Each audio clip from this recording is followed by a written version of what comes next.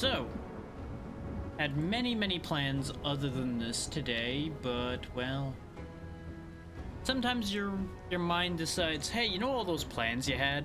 Throw those away. Just throw them out the window. Throw them off the nearest cliff. So we're doing a little bit of Gunfire Reborn here instead to satisfy my mind. Because this was the only thing that really kind of popped when I was cycling through everything. Like I was just sitting here just scrolling the library,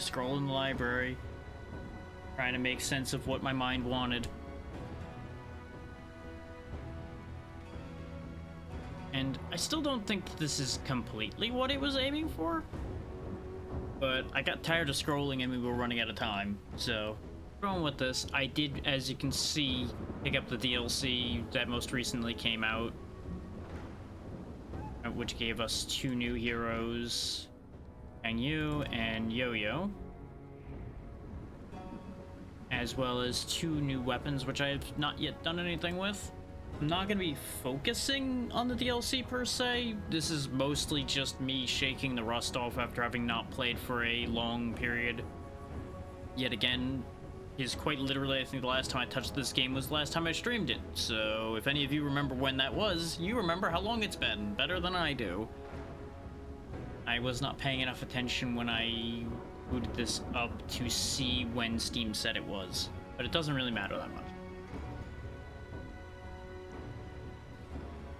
I do see that there's another weird seasonal thing happening with these dice. I don't know what any of this means, but it seems like they'll just kind of happen and good things will either happen or not from them.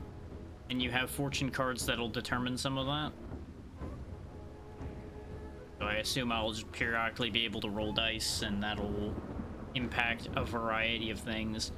I am gonna stick to reincarnation mode with Lone Wolf's on for the moment and see if I still have it enough to be able to do that, because it's not usually that difficult with only just the 2-player Lone Wolf mode, but if it goes horribly wrong, you know, then I change it.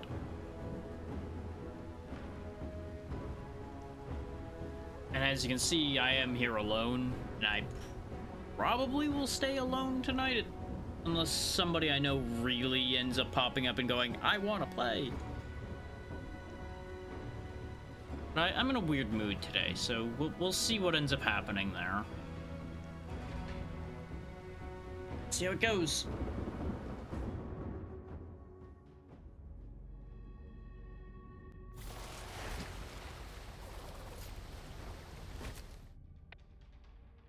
Vigor Immolation can cast Enhanced Cloudbind Seal when above 60 Vigor. Casting consumes all Vigor. You'll gain extra final weapon damage per Vigor spent. Last 12 seconds. Bonus increases by 200% when hitting enemies affected by Shadowbind from Enhanced Cloudbind spell. If Shadowbind ends early, recover 5 Vigor per second remaining. Okay. That's a unique one to the character we're playing. Why I had to read it. For the moment, though, I think we will go ahead and grab Armed Caster. It's usually a decent enough one. Oh, that's the new guy I would pick him. Let's see, we've got Argus, Dual Fang, and Big Hippo. We'll go ahead and take the Dual Fang for now.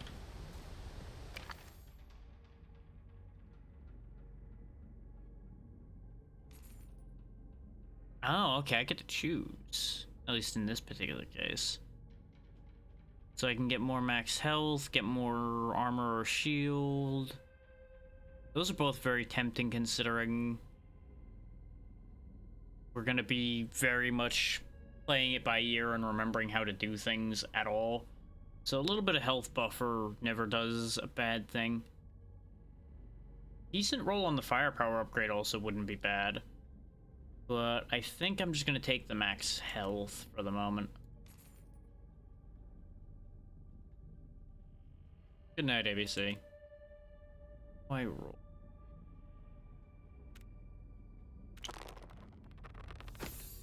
There we go. I got a 3, and it's not that good, but you know what? It's better than nothing.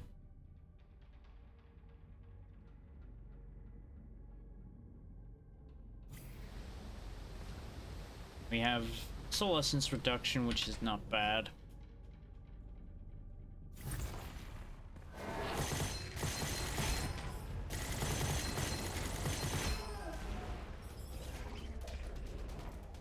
Shouldn't be using that quite yet. We don't have lots of ammo. The foundry will be more than enough for these first few rooms. You know, if I can aim at all today. You notice that I frequently pick this game when I have no capacity to aim that night? I swear. It's just a thing that seems to happen to me for some reason.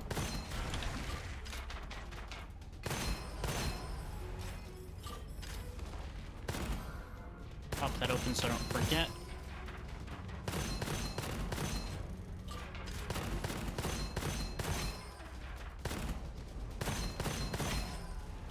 Very good.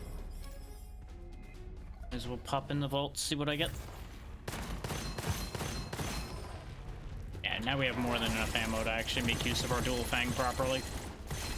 Oh, it's just every enemy's beetle. This is fine.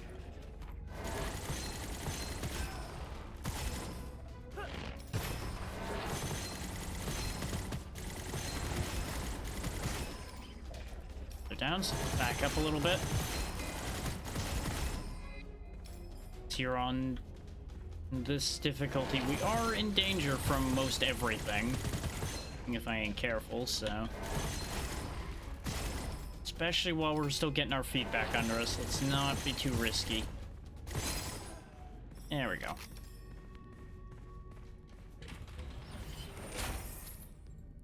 And damage resistance for HP missing, probably going to need that.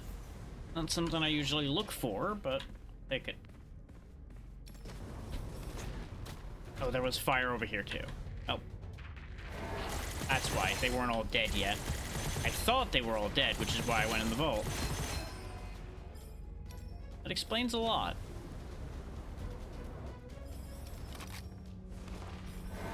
Right, because there was another way back here. Get punched! Okay, so that's how this move works. You do just genuinely just transform and start punching things. That was what it was described as doing, but I didn't believe it yet, because, you know, I hadn't seen it. Okay, so you do have dashes, you can throw a magic ball. Ah, middle mouse exits, that's why. I assumed it was just press the same button again to exit that form. Turns out it isn't. Ooh, that could be good, because the vigor seems to be how we cast our transformations, so we do want that.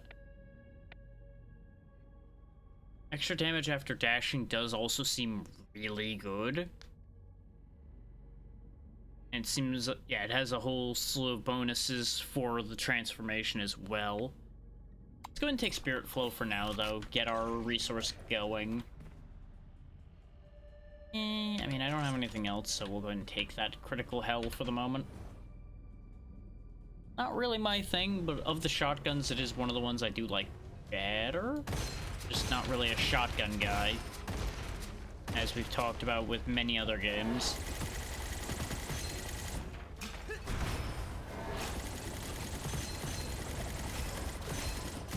So yeah, it seems like the gimmick with our Q is that enemies can be hit from anywhere in that bubble. See? Like, I don't actually have to hit him to damage him, because I put that little seal bubble around him. It's interesting. Ooh, jackpot. I didn't get to use this one too much. This came out after I stopped playing as much. We'll see how this goes. Idle wall. Interesting. So every little bit they get a shield, and I need to hit them again to get past the shield. So far, this sure is a weapon.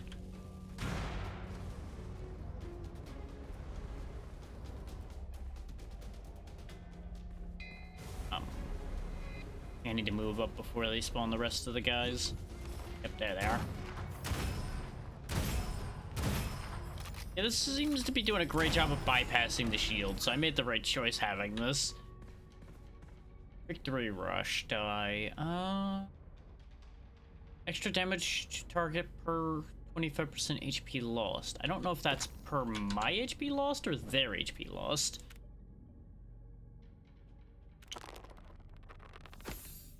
Got a 9 on that one, though. Okay. We can live with that. And I need 2, 7, or 14 for it to give the bonus. So there's not really a thing there. I can re-roll this. Supposedly.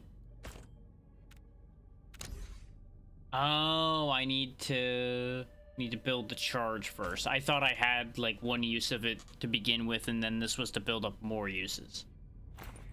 That is incorrect. Throw away my health for something? Sure. We got skateboarder. That's not terrible. Not really something I need on the weapons I've got at the moment, but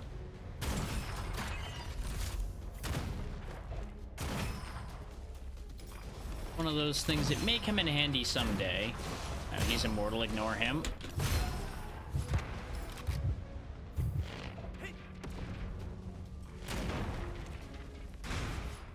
Things start going really sideways, I can just transform to bypass our problems, because it seems like the transformed health is separate from our base form health.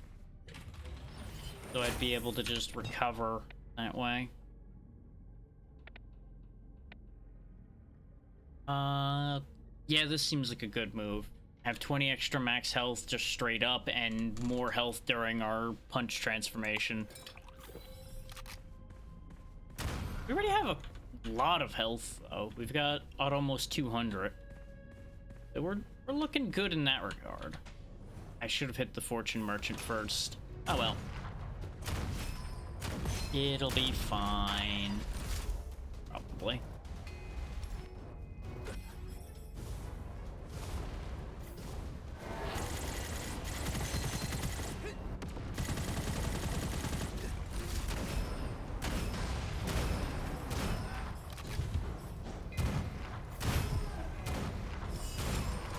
See, we got healed. Everything is totally okay.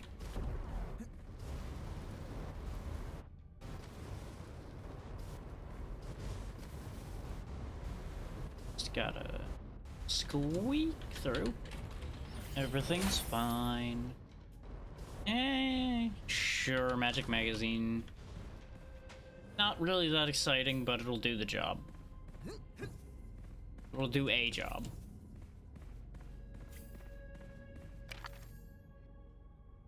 On random die. Oh, not so random. Let's go ahead and grab heavy defense to go with our vital mastery. Just keep raising our survivability for the time being.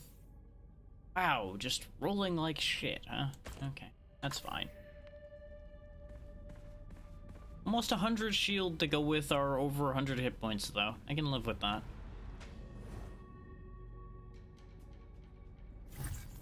Especially considering we might actually survive. Bean Trooper.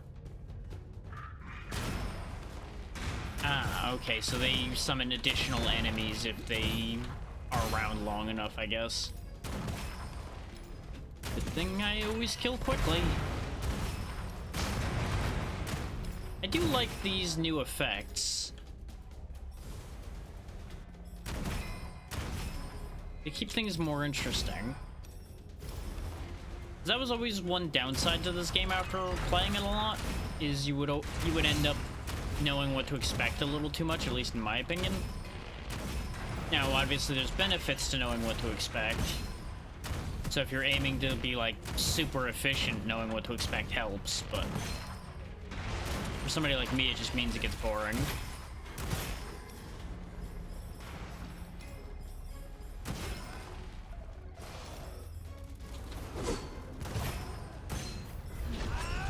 You know what, you wanna go? Huh? You wanna go?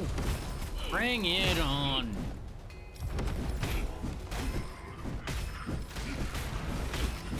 You think your bombs scare me?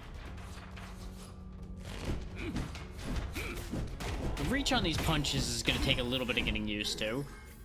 There we go. And we got a weapon skill will die. Neat. Now this glove was Tempest. What was Tempest again? Oh, this one. Okay. Yeah, sure, we can live with that. Pew pew. Today is the day of pew pew after all, so that'll do. We'll grab our goblet, check out the Phantom Merchant, and then we'll head into the vault. Ooh, just natural energy recovery. Sure. We seem to always have our transformation up right now, but later on that might not be the case. Wheel Saw, Sucker Punch, Arc Light, Phoenix Roar. Nah. None of those that I'm particularly attached to at the minute. Speaking of nothing I'm particularly attached to, I don't think I'm going to worry about upgrading any of these at the moment.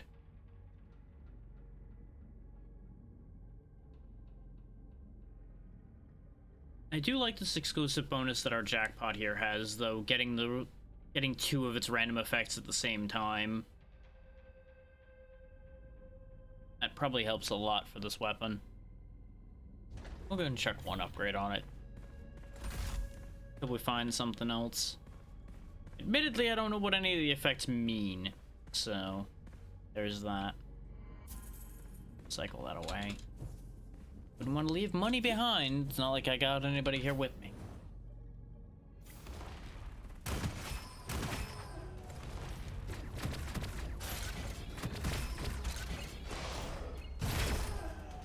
Okay, what you do with this is the alt fire, or you hold it down and it locks missiles onto targets, basically. And when you release, it fires them. Like that.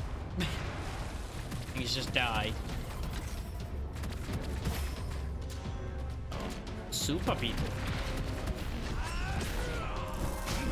Bring it on, big boy. Ow. Okay, you know what? You are a little bit bigger than me.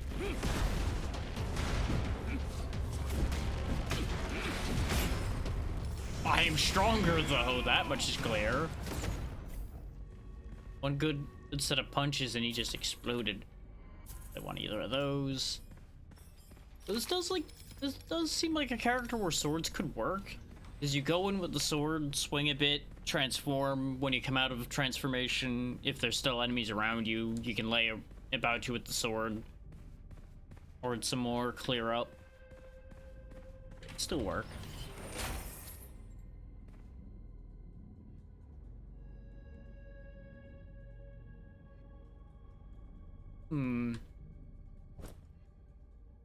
So I would lose either Mountain Guard or Spirit Flow, because the only one level ones don't count for this.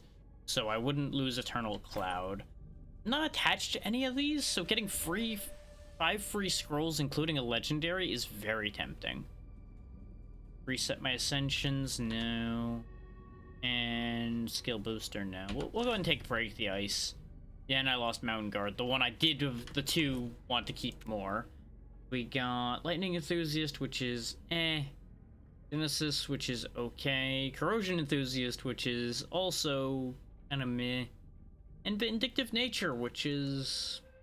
yeah, no, this was a full set of mid. Elemental Magazine isn't horrendous. It could be really good as long as I actually have something that works with it. But right now, I don't think... No, neither of our things work with that. Actually, no. This does do lightning damage. This does work with it. I lost track of the lightning damage in all of the text there, explaining marking and firing the missiles.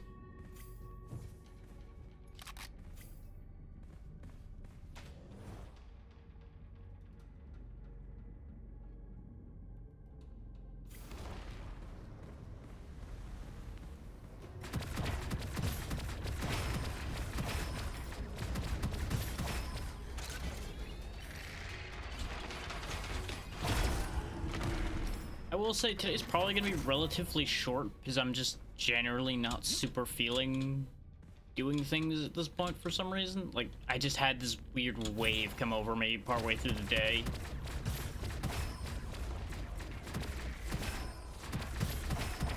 Yeah, I was feeling great this morning after I fully woke up, and then just somewhere around like 4 o'clock, just everything just kind of dropped. I just kind of went bleh. Which is why I ended up changing my plans for today, because like I don't really want to be doing lurk-it stuff when I'm feeling bleh, because I don't think it would give them a fair shake, nor would it give them the best presentation they could get.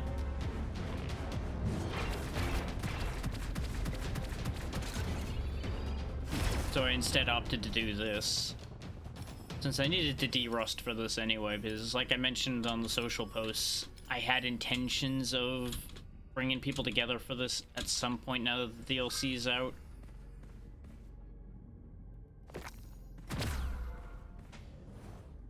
So as some of y'all know, I had already intended on trying to get people to play this again even before that.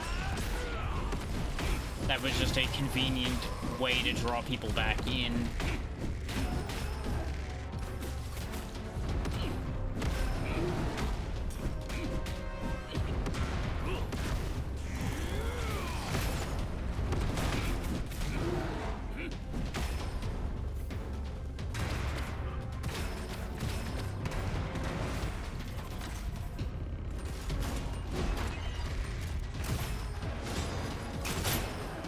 There we go. Not a problem. Lead Assassin's a good one to get. Revealer's not bad. Revealer's decent, but not that interested in it right now. Talisman's good if you want an auto-aim weapon. Not really something we need at the moment.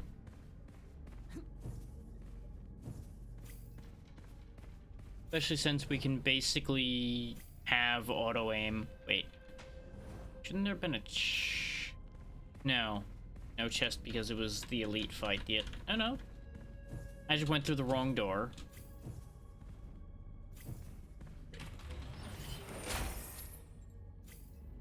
Raised HP. After switching stages, HP drops to 1, obtaining 3 times the amount of copper for deducted hit points. No, thank you. Ooh. Sure. I do like ridiculously enhancing a weapon I like. Not something I do often because I don't hold on to weapons that much until the end of the run for the most part, but you know, it's a fun idea.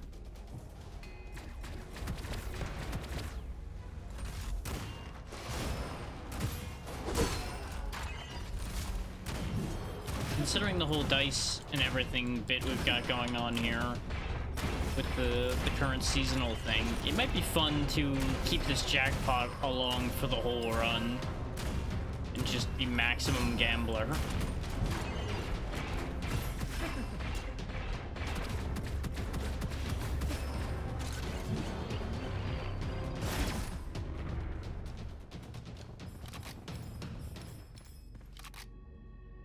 Drift Shard. Gain energy when hitting, when energy's full, fire tracking arrows. It's interesting that it's a normal ammo bow. So it's a sniper weapon that uses... Oh, that's weird. I don't know how to feel about that.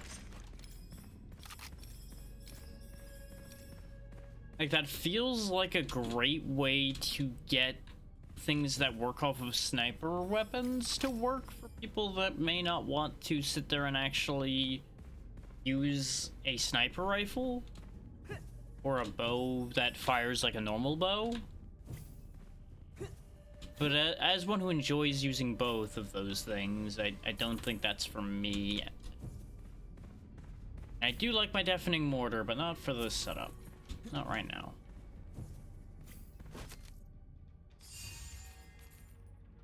Got lots of money right now. Nothing in here that I want, though. Try again. I apologize for yawning so much already. Apparently, that energy drop is continuing. We'll go ahead and grab Thunder Scream because it can't hurt to have it. This way, if our shields break, good things happen.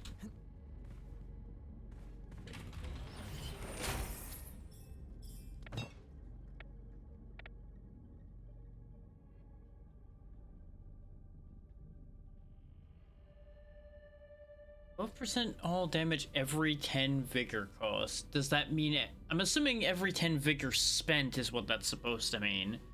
So if I like activate an ability that uses it, I will get 6 seconds of boosted damage.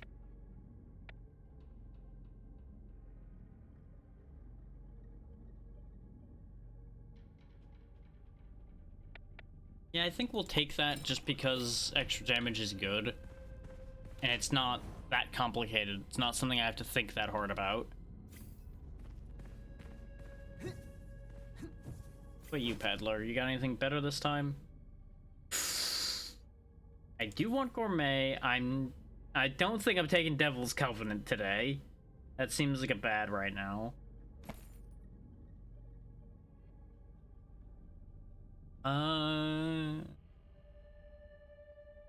The thing is, the Tempest does do small explosions on its shots. So it technically could work with the double the projectile for next shot when hitting 2 targets, especially since this version of it has a boosted AoE. So like there is a reality in which that works. We get lots of lucky shot with this Tempest. And this one is converted into lightning damage, which is why it has the lightning damage type, which makes it work with our elemental magazine right now. This one would otherwise not have it.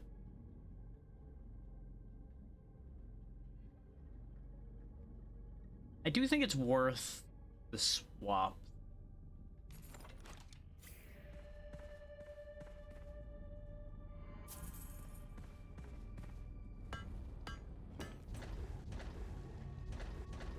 Go ahead and make both these level 4 for now. I'm probably going to replace at least one of them before too awful long. That's why I don't really want to upgrade them too much. I'm for monkey business.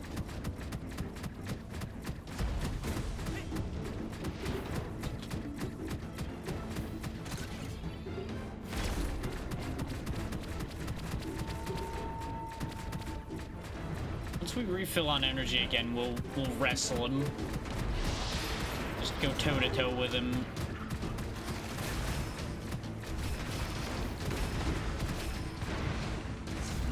Come here.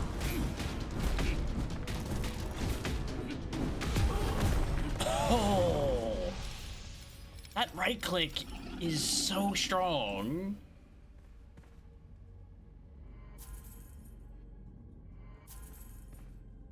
No.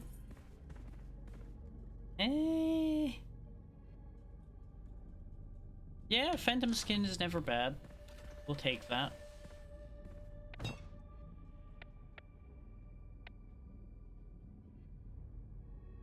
So you're saying I can just increase the damage of my punching? Okay. Sold. No questions asked. What dice do you have for me now, buddy? Still just the custom dice pack. Sure.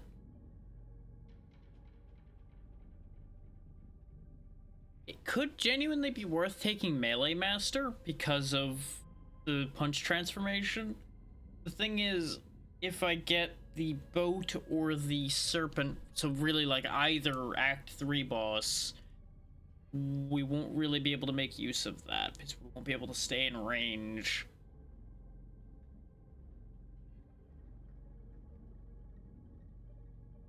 That's kind of my biggest fear there.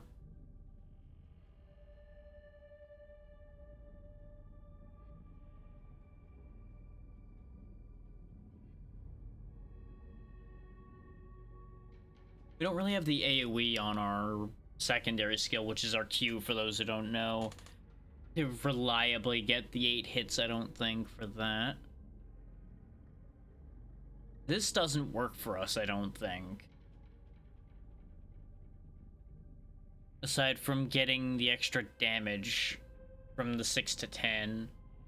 I don't think that's worth it to us. We could just get default lucky shot chance. That's never a bad idea.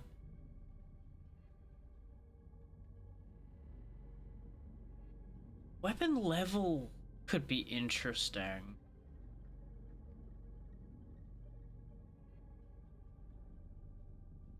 Like, I'm not sure how that works. I assume it makes all of my weapons get plus that. You know, let's find out what that does. Now, we also have other dice just chilling here too. Roll it. We got a 7, so we got the good one too. Nice. We do have enough to pull other dice as well, but I think we're good with what we got. Okay, so right now both are +4. I slap that in. Still, oh, okay, it's whichever weapon's equipped, which makes sense. But if I switch weapons, this now registers as being +7. Okay. So yeah, it's not like it'll care which one you're using, it'll just auto-swap with you on that. Okay. That's perfectly fine. It makes it a little hard to tell what the numbers are gonna be on a weapon, but that's okay. Because as you can see, it jumps attack value pretty high. We don't seem to actually be benefiting from the elemental effect chance, but that's because neither of these weapons have elemental effects. That makes nothing but sense. Can I just... Okay, yeah, you can just pull them out at any time. I'm gonna roll these to see what they look like. Hey, we got a legendary roll here. So 80% weapon skill damage every 200% and weapon resources cost plus 20% weapon skill damage for 10 seconds. So it's the same ability as 6 to 10, but better. Okay. Let's go ahead and recycle that though, because that's not really what I'm going to use. Okay, and just recycles for money. Considering how low the Vital Mastery thing is rolled, I think I'm going to go ahead and swap that for the copper gain. Sell it. And actually, let's go ahead and grab a fresh Vital Mastery and see if we can get a better roll. We sure can. That makes it a lot more tempting to keep that. But I think what we do is we then drop heavy defense and replace it with this. We could also try getting a better heavy defense as well, though. Okay. So that could be just a straight trade there. Which, bear in mind, it seems like as these go up in tier, from normal to rare, for example, the highest numbers that they can roll increase. Because this was just a 6-sided die, whereas the rares are 12-sided die. So I wonder if there's a tier that's higher that goes up to like a 20-sided die or something.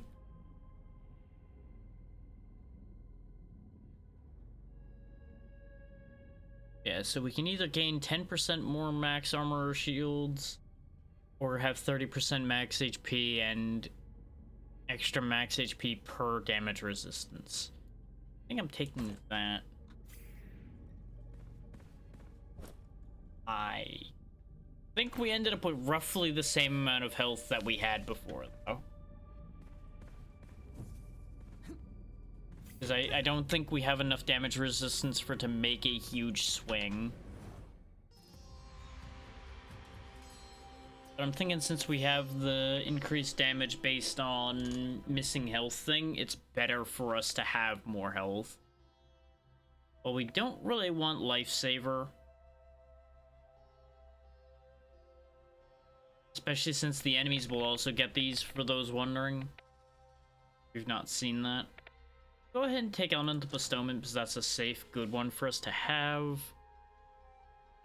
Extravagant Consumption will work too, because we have lots of money.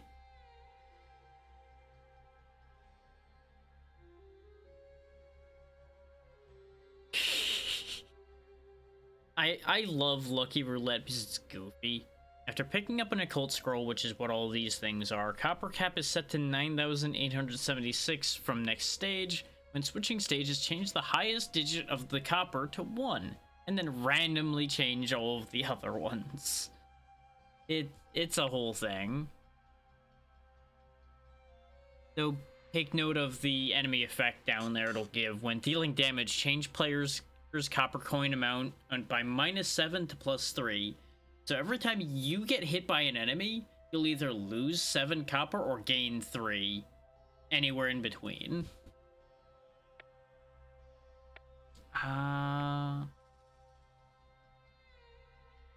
Ooh.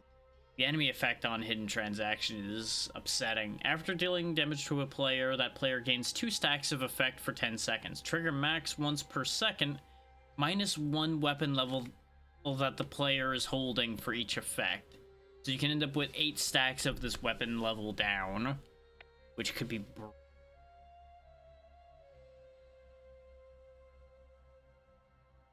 ooh, enemies can life drain the first time they hit a player.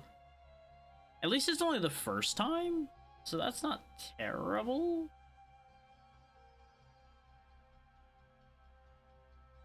I'm gonna go ahead and take the hidden transaction, even though it could backfire on me. Glazed Sight would be very good if I was going for sniping, but I'm not right now. So we're gonna disregard that.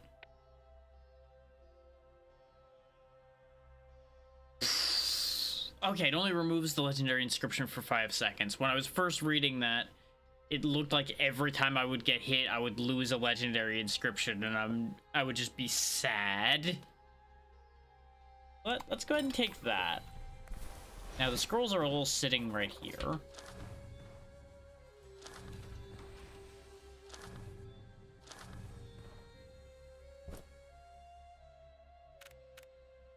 We've got a lot going on in here, and we're just gonna not worry too much about it. This guy gets us another one of those green effects. Temp Shadowbind is applied. Final skill damage, it's plus 6% for 8 seconds, up to 120%. Every 4 seconds, randomly applies Shadowbind to 3 unaffected enemies. If Spiritual Blessing can't apply Shadowbind to enough enemies, restore 8 vigor per missing target. I'm taking that because I don't remember to use Shadowbind that much, so this will allow me to benefit from it without me having to remember to use it.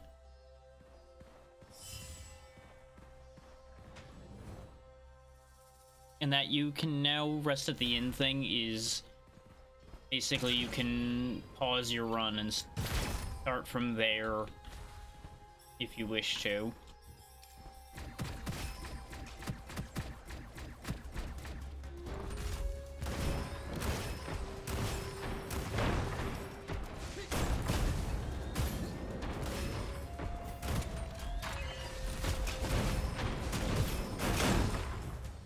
Arsonist off of me. Oh god, there's fire here. No. No, no, no, no, no.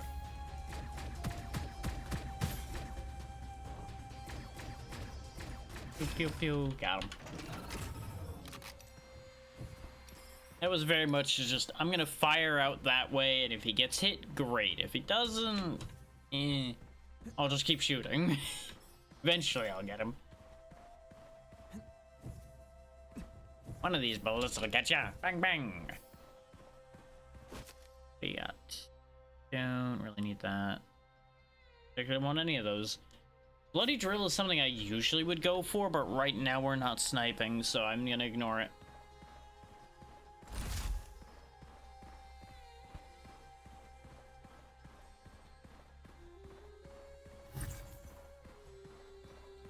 Theater monsters have a 30% chance to appear in the level, and the HP and shield Load of other monsters will be greatly increased for each living leader. Alright. Take me to your leader.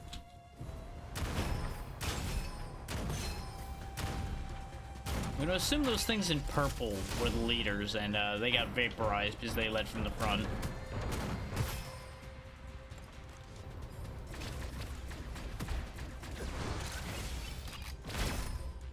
No, retainer ran away. Die.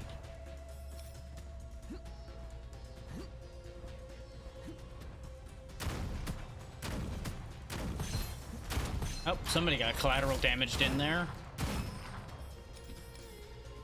Oh, that was his corpse.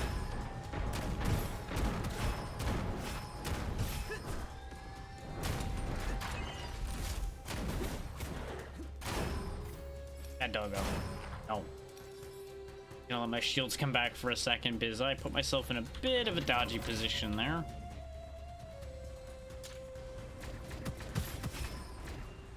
Oh wow, that took out the other one too. You know what? I can live with that.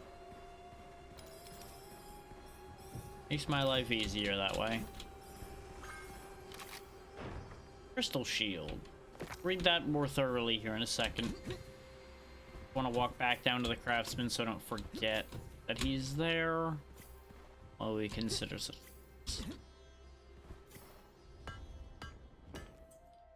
I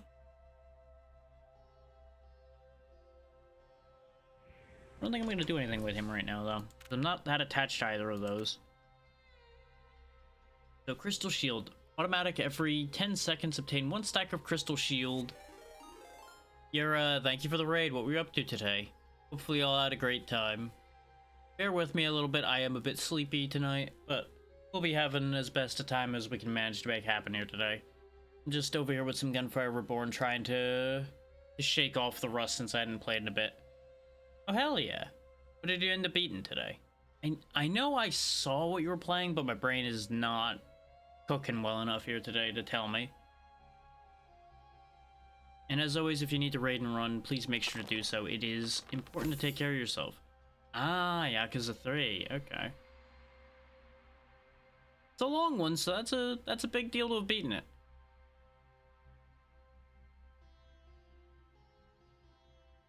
Ah, okay, so the better version of this gives me just more damage whenever my shields... Wait. Each shield blocks 1 hit. When stacks exceed the limit, I get the extra damage. Okay, so basically if I go long enough without getting hit, I get extra damage. If I choose to put this effect on.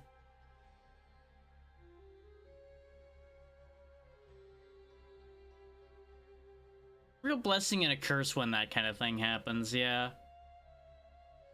It's like, ooh, neat, that happened. Oh, the game's just over.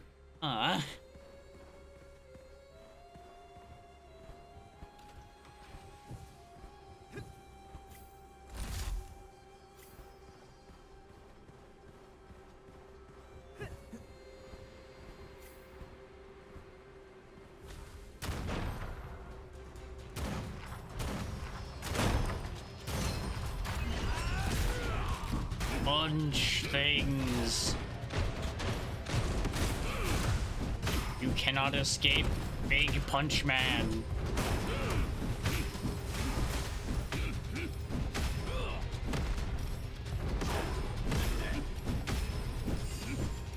For those wondering, I do not fully understand what I'm doing. I'm just punching. Because this character is brand new to the DLC that I just picked up minutes before we started, so, making that all up as I go along.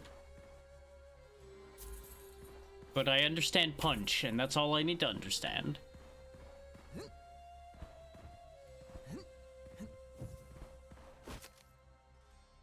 Ooh, stable supply. Peddler always has one of the cold scroll. Sure. He basically almost always has one anyway, but I'll guarantee it. That's fine by me. No, I'm not giving up my health for money, game. You cannot convince me to do that right now. I am not fresh enough energy-wise or game familiarity-wise to take a risk like that today.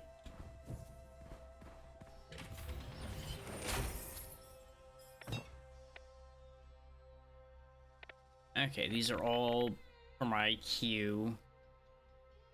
So, explodes after taking 4 explosion damage or expiring, dealing 200% damage to all enemies within 5 meters. More duration and size, but affected enemies take less damage. Or if I have more than 60 vigor, or I can have it spread to another target when I use my Q. Interesting. And if I cast the enhanced version, the next 4 of them trigger without cost. Interesting. Let's go ahead and take the exploding version, though. Less thinking required. Make thing explode. That's all I need. Make thing explode.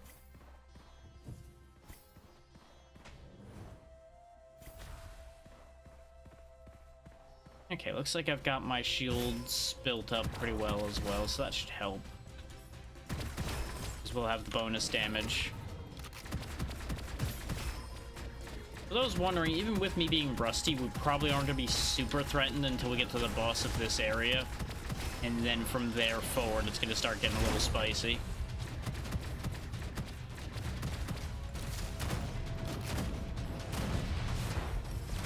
Lizard. Punch lizard. Lizard. Lizard. Lizard. Lizard. Oh wow, you are actually hurting me a lot. You could not, sir. That would be great. Well, that worked. Anyway. Still not used to the strength of this character yet. Ooh, Foundry Blessing. Foundry hits can defeat normal enemies directly or deal 8%/4% max HP true damage to elites and bosses. Sure. Foundry being our infinite ammo starting weapon that, due to a setting I have on, I cannot mouse wheel to. I have to press a number to get to it. Because it's not something I use after the beginning of the game, but with a blessing like that, it may be worth considering making more use of it. Ooh. Getting back more vigor per punch does help, because that's what keeps the rage form going. But I'm gonna get my max HP back first, I think, because we gave that up to get 5 scrolls earlier due to a scroll effect. Healer is still tempting. Especially with 2 80% chances to create a elemental ball on crit hit. Crit hits being weak spots for those unfamiliar. Lucky shot is what would normally be crit. We'll go ahead and get rid of that. We'll stick with what we have for the moment.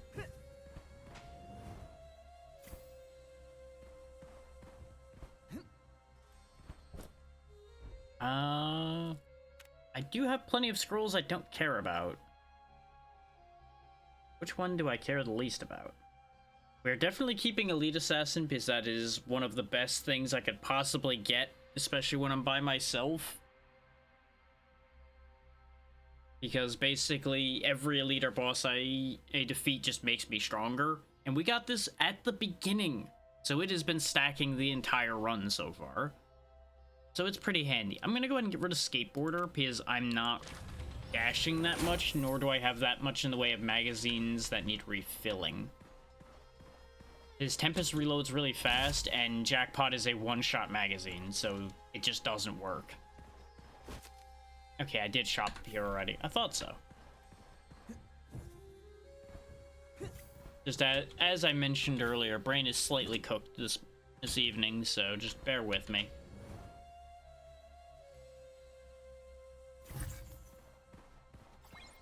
Another leader monster stage. That's fine.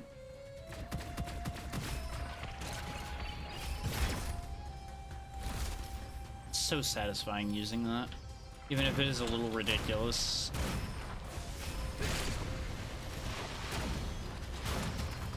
Oh yeah, if you don't like spiders, by the way, this section is going to be a little rough on you. They're not the most realistic looking spiders, but if that's something that would get to you, I would advise not paying too much attention till we're out of this part of the desert, which will take a couple zones.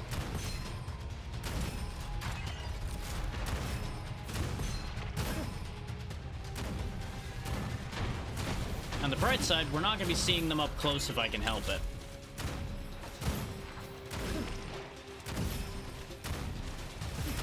Considering, you know, they will try to eat me. And I don't want to get eaten.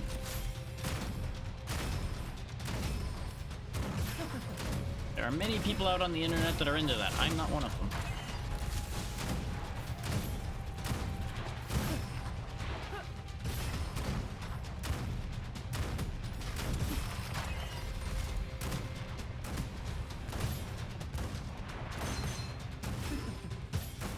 Getting low on special ammo.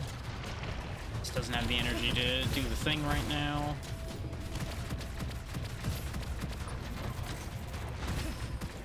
There we go. And delete. No, I've been webbed. There we go. Sometimes things just work out.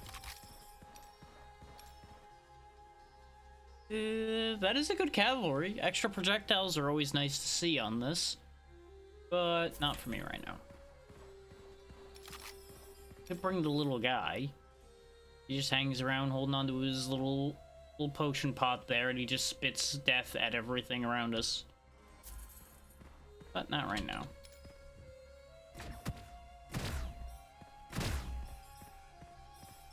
Clean up all the money that's laying around. Also, a fortune peddler over here. I almost didn't notice. I looked over here to shoot the thing, and then didn't even notice that he was here until I looked at the map. Get us some more dice. 10% chance to be immune to damage is interesting. Let's try another bounty magic, see if we can get a higher level one. And we keep trying for that legendary vital mastery. Nope, another 10. We already have one of those. That's a 2. That's a failure. But on the bright side, we get to try again for the vital mastery. Why are they all 10s?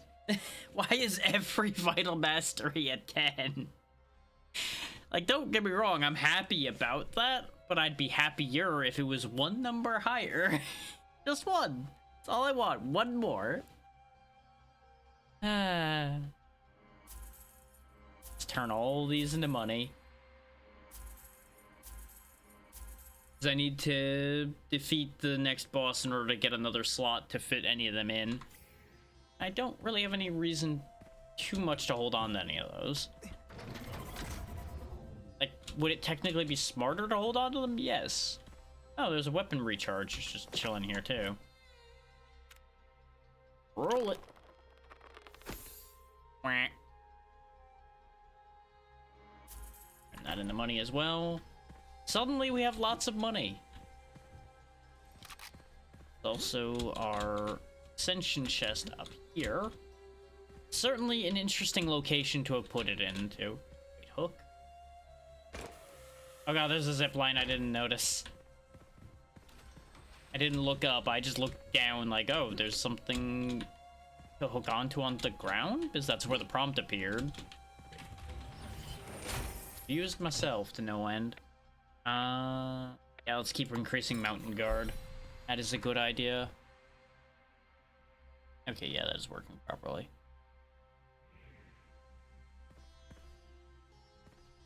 Getting that feeling I'm forgetting something. Don't mind me. Gonna be, like, ticking at the back of my brain the whole time.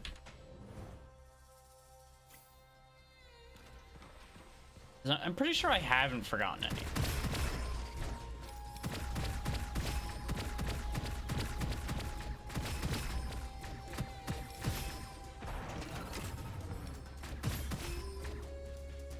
You know, when you go invisible, you really should move.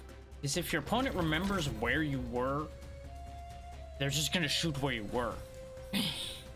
just, you know, there's your advice for the day.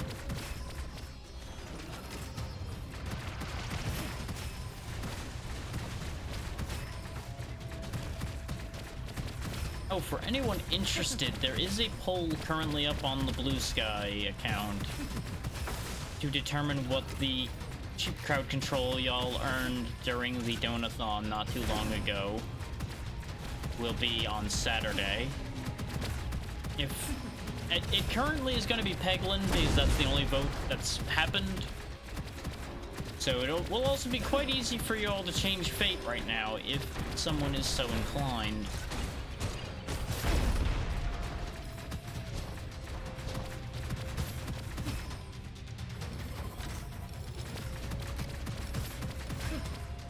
There we go. Bring some eggs. I have absolutely no reason to be breaking those eggs, but I'm doing it anyway.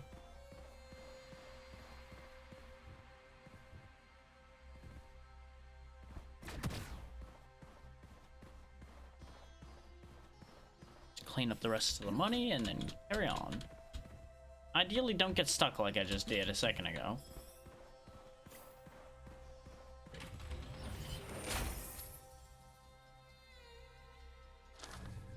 Literally the only option there was copper miner. Oh, that's right, because it was a vault. That makes sense. I was very confused for a second.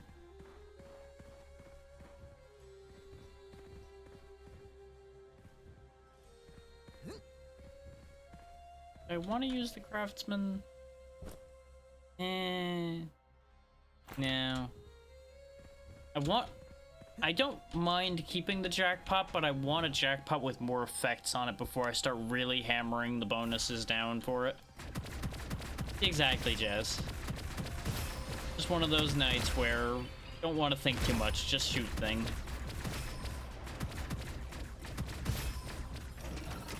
Hope you're doing well tonight. Spawn that off. Rid of Explodey Boy.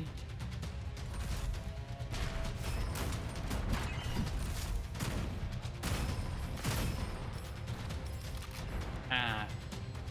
Fair enough, fair enough.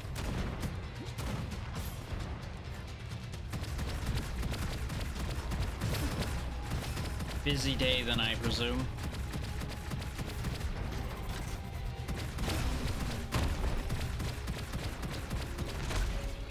Get out of my face. Okay. Thankfully, we had a crystal shield to make that not a problem. Could have been a big issue, but it wasn't.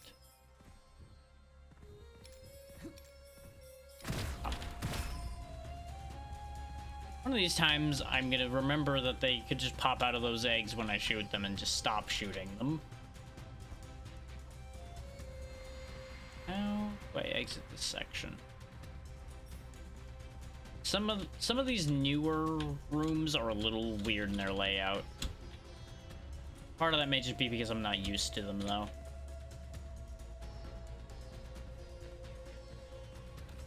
Ah, sorry to hear about the headache, but glad you're at least still being able to make things work despite it.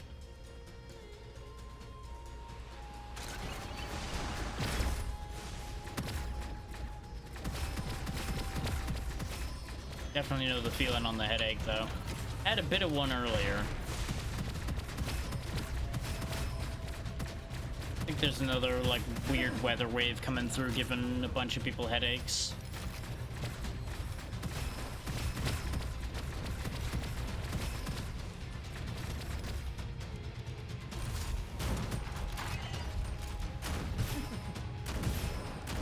Hi, Doki. How's it going?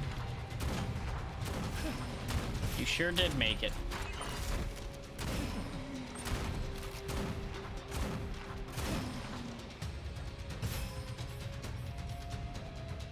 I appreciate you wanting to be here.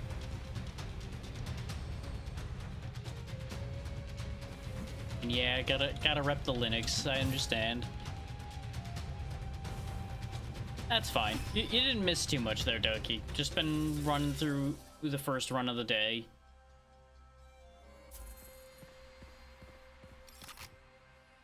And the cleaning is important.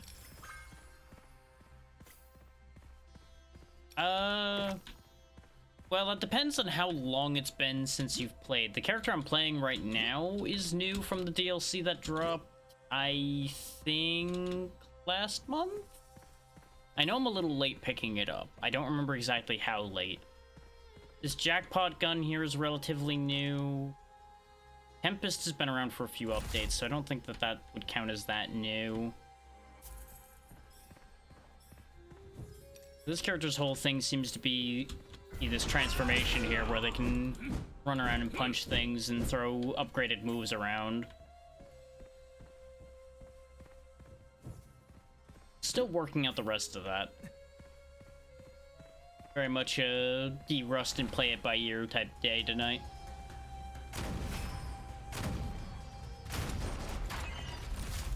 But yeah, this jackpot gun's whole deal is every 8 shots it gets a random effect.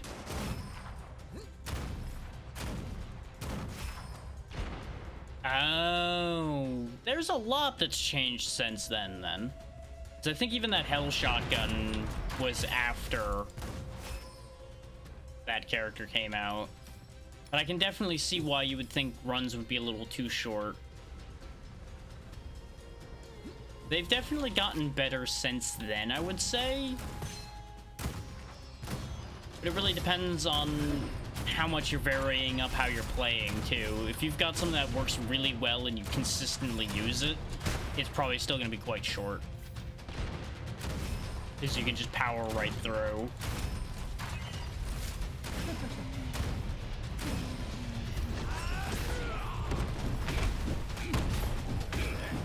Punch, punch, punch, punch, punch. I don't know if I'd be that great a one to teach somebody how to actually create a build, but I can definitely help you get back into it, for sure. Because most of my setups are very slapdash. Yeah, that seems to be his main mechanic, is punch things in that form. He can also throw with some kind of energy ball that seems to be an enhanced version of his regular or secondary. Sure, more vigor cap, and we can move faster when our vigor is above 60. That seems like a good idea. His vigor is what lets me do that transformation. That seems like something I would want. Though the ads are going to attack here in a second. I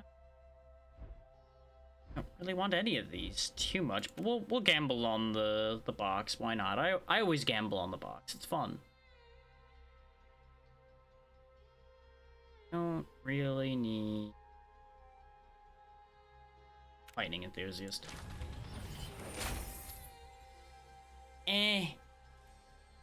Sure. But yeah, there's a lot of scrolls that got added. I had a decent amount of weapons. And they've certainly changed the mechanics a fair bit since the old days.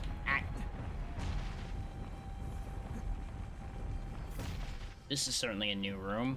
Not had a zipline run like this before.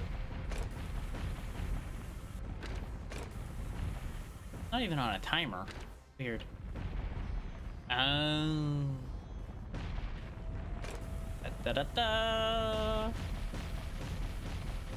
think the boulders are just to punish you if you fall.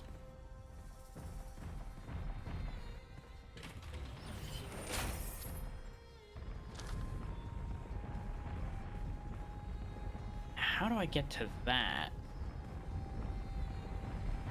I have been playing since the game came out on and off, so I do have a decent idea of what to do and how to do. I just never dug deep into the nitty-gritty of what the most efficient setups are. How do I get there, though? That's the one I'm wondering. There must be a whole path over there. Because that's the only other place I could have gone. Ow, that's a boulder.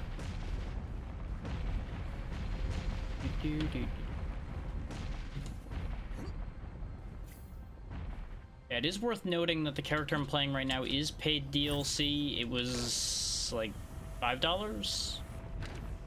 And that gets you 2 characters and 2 weapons, so it's not like the best value DLC, I would say. Dang it. You see what they're going for here. Huh.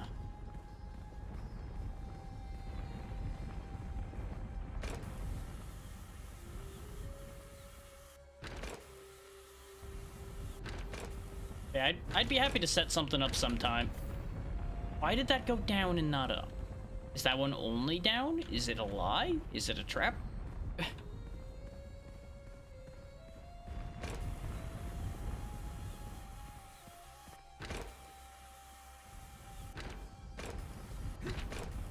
Yeah, no, it just keeps sending me down.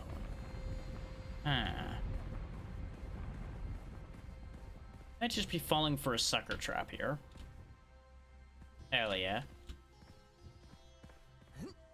It's definitely not gonna be this week, but I did have at least one other person interested in playing soon, TM. I just have a lot of other things I've got starting up here soon, so I cannot guarantee anything in the immediate.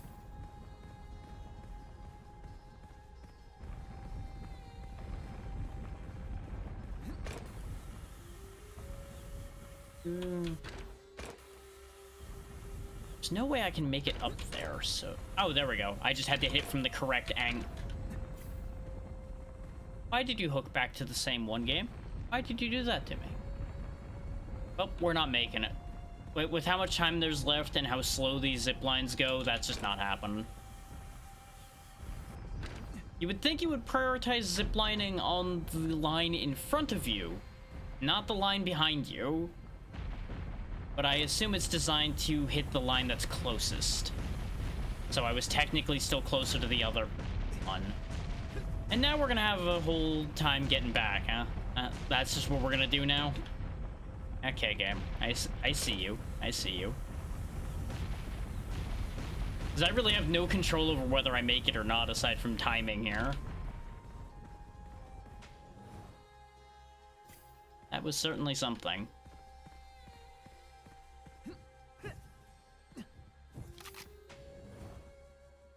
Yeah, once I finish this run, I'll show some of the more detailed stuff of what has changed. We do have a lot of max HP, actually, so Enduring Caster will be kind of useful.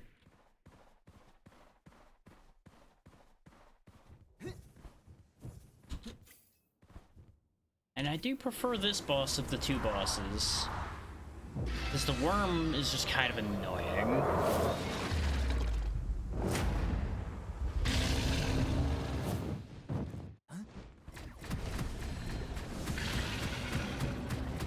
So this thing can be a bit of a nuisance when it activates its barrier. But that's a different problem. We'll deal with that when it happens. Biggest downside here is I can't punch this. Aside from when it does that, I don't really have an opportunity to take advantage of that right now. We will, however, use this just to get health.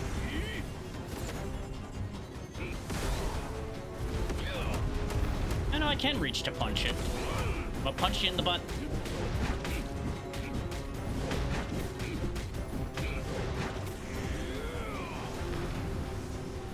Can't see past the tornado. Bam! What do you mean escape? I'm right where I want to be. There we go. Easy.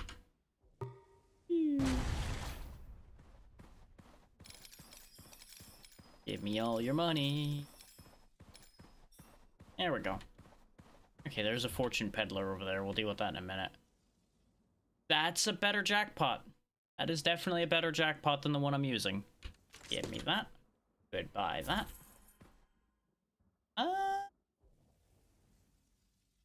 Sure. That.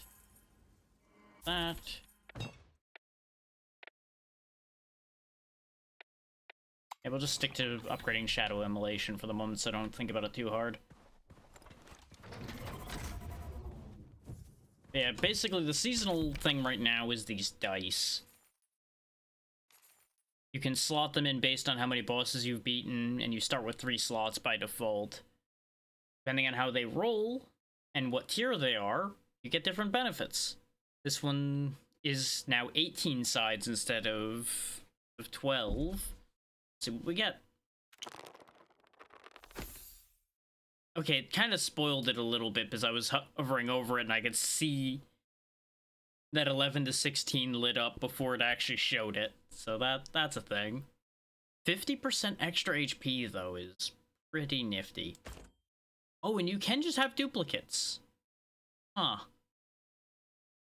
I wasn't sure if it would let me have 2 Vital Masteries. I wanted to see what would happen. So I have lots of health. I have 324 hit points. If I botch this, I'm going to be very disappointed in myself with that much health.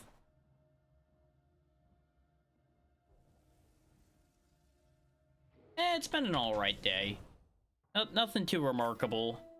And people just call me Drac. There's not really any particular nicknames at the moment.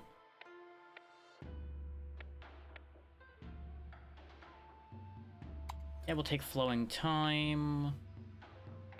Ooh. I don't really want most of these, but I guess I'll take Explosive Magazine. You want Gold Medal, but I don't know if I want to give the enemies the Gold Medal effect. We'll take it. It'll be... Safety measures could be good. If I get hit and then dash, I can get half the damage back. That's gonna involve me remembering to dash after getting hit, though. I usually try to, you know, don't get hit in the first place by dashing. We'll take Elemental Power. And I don't have to pick these up, but I'm going to. Because if I'm giving the enemy the effects, I would rather at least get something out of it.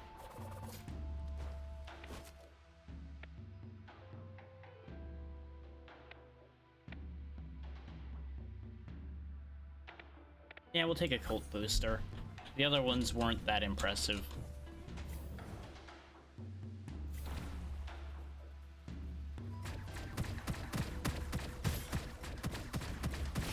It is worth noting for anybody watching that has not played this before, if you pick this up, you will not be able to immediately play the same way I'm doing right now, because this is Reincarnation mode, which you unlock after doing a couple other difficulties first.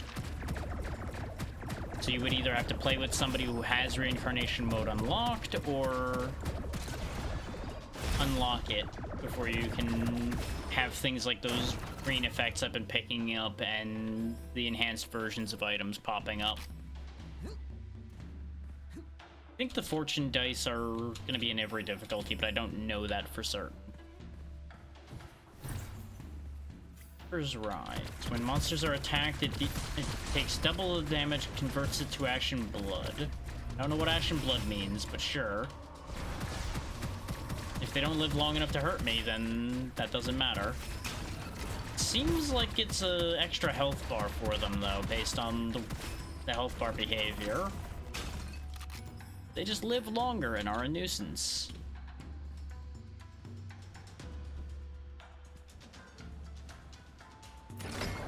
Up we go.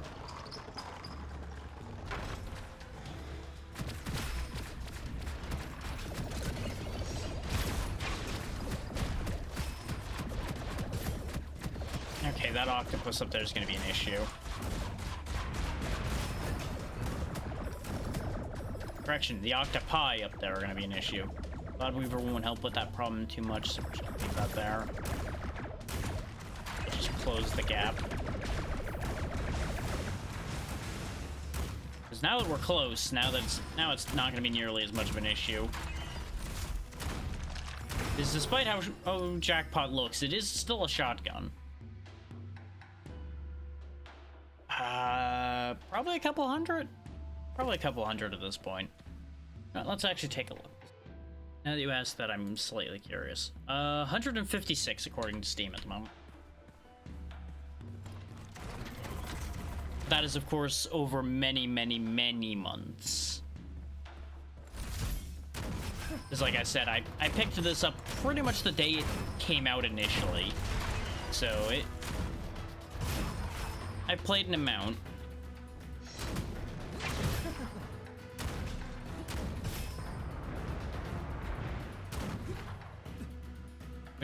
Which is why at the very least I can appear to know what I'm doing. regardless of doing no real research.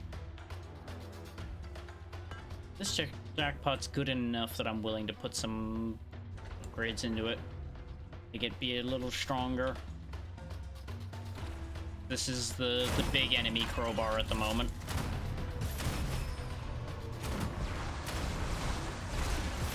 Whereas the Tempest is the quantity remover. My personal rule of thumb is usually have one weapon that's good for strong enemies and one weapon that's good for lots of enemies. Because you will be getting swarmed a lot, especially if you're playing solo. So you want something that's good for that. You also have high hit point enemies like these octopi and things like that that can be a problem for your crowd clearing weapons to do anything with.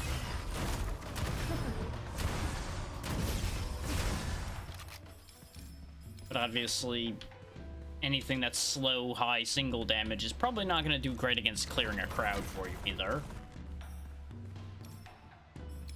But you can also just use character skills and such to deal with crowds if it comes to that.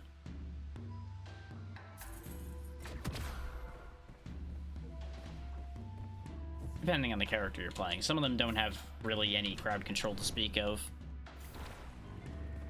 In a case like this one, I can just solve my problems by punching, so not really too big a concern there.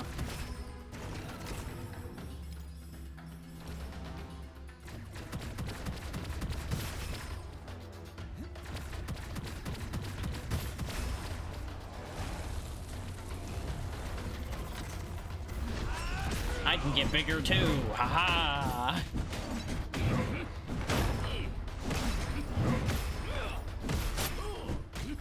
God damn that damage sometimes. Like, there's just a ramping effect to that I don't fully understand that just makes things just die sometimes.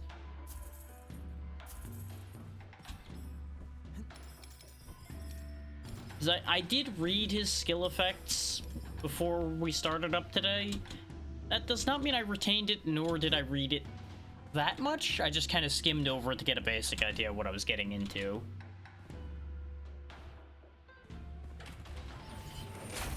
Since I knew these were a little bit more complicated than the average character. Go ahead and take Berserk Soul. The other ones are ammo reliant and they won't work for Jackpot too well. They'd work for the Tempest here that I'm using at the moment, but they wouldn't work for both, so I wouldn't take them. Raising my punch damage. I really shouldn't just go all in on the punches because I don't know if I can reliably use it against the boss of this area, whichever one I get.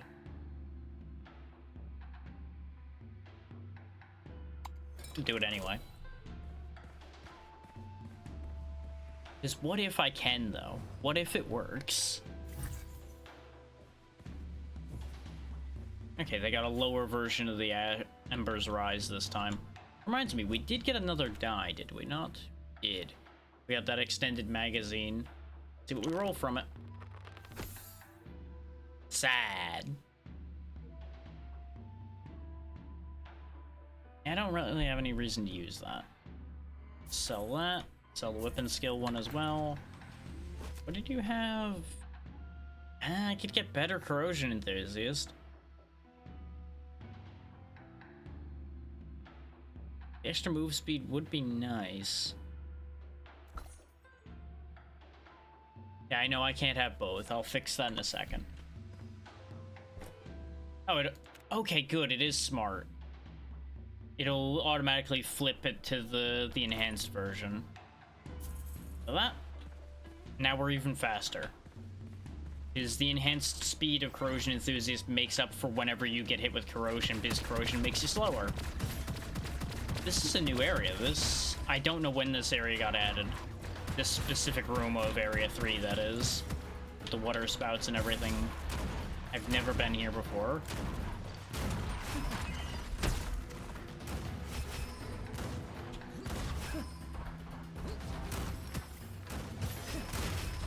Crabs.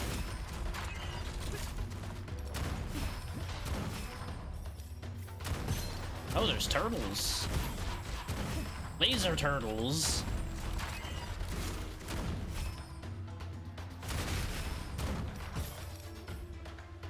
You know, I never thought I'd see turtles that shoot lasers at me. The crab that want to crush me with maces.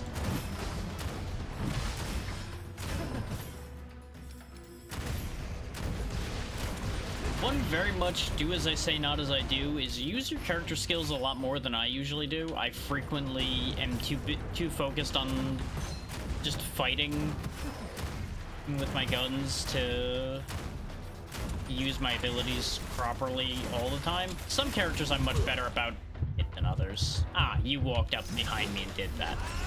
But you know what? Fine, bring it on. Yeah, it would definitely fit into like a Bond movie.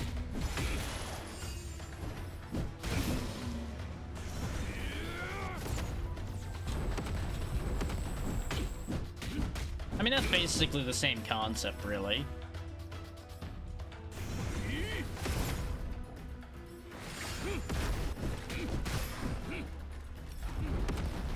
Pretty much. I don't know how I ended up over there, but you know what? It's fine. Just keep punching until all my problems are solved. Uh-oh. Problems are outweighing my ability to punch. Back it up.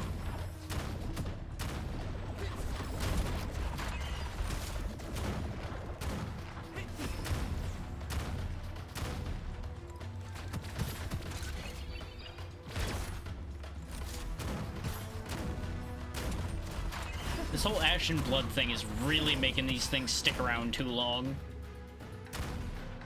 Because the turtles seem like they're already fairly durable, as a turtle would be expected to be. And they have those shields. And then they also have the ash and blood on top of it. A little ridiculous.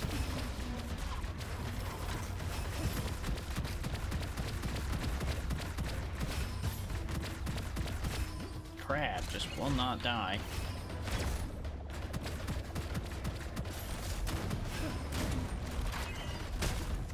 Not getting snuck up on by a shark again.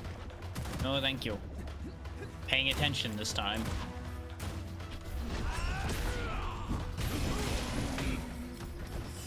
That's right. Mess with the wrong guy now.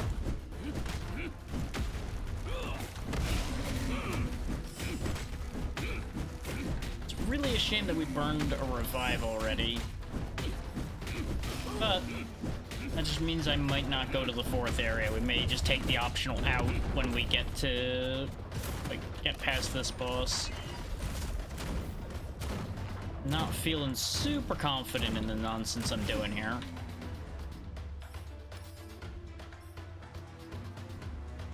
Out here, star ring, no thank you.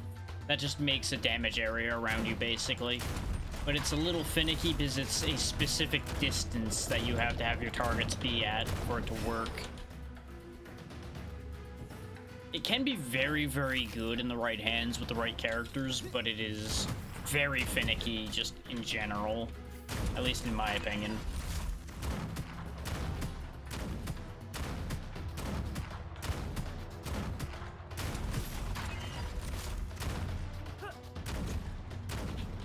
Up you go. There we go. That was a rough one. Definitely a rough one. Ooh. Fire upgrade could be fun. Wasn't there yeah, there was a fortune peddler down here. Big on. I can upgrade my dice further. Good idea. Considering the weapon level has been kind of helpful, let's get a better version of that die and see if we can make it happen.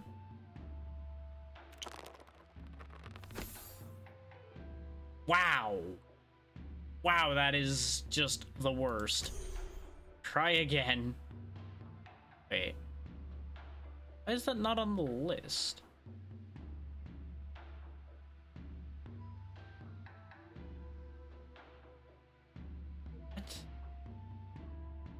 No, it is this one. It's just showing with +4 for some reason. Now it's 2 again. Oh, I see. It's getting a bonus when it's particular. Right, because I have the passive that was raising specific numbers up. But 10 is technically higher than 9. I do have one more reroll though. No, I don't.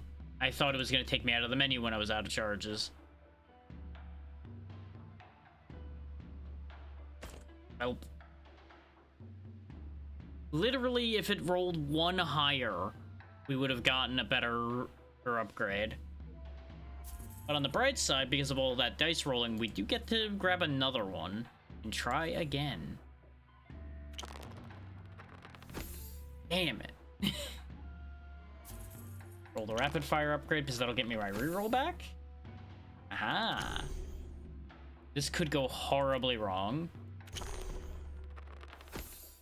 And it's basically like nothing happened because we went back to the 9.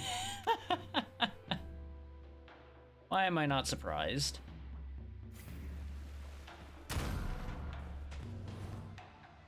Sometimes all of the gambling in the world just means nothing happens.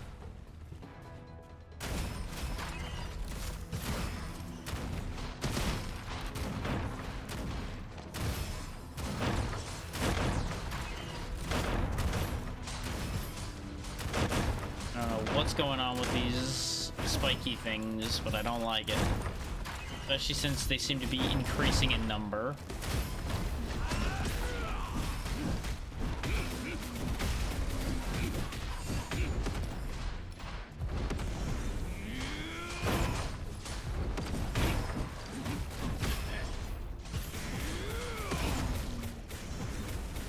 I can just do these shots way more often than I thought. This form is actually more useful against distant targets than I expected.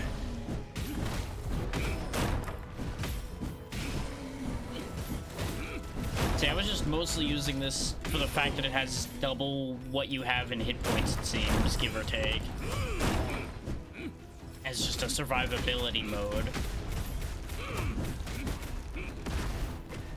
I don't even really fully understand how to use the Q for this form. It does something, I just don't entirely understand what. Come on, I got a ball of pain. Who wants it? There you go. You do.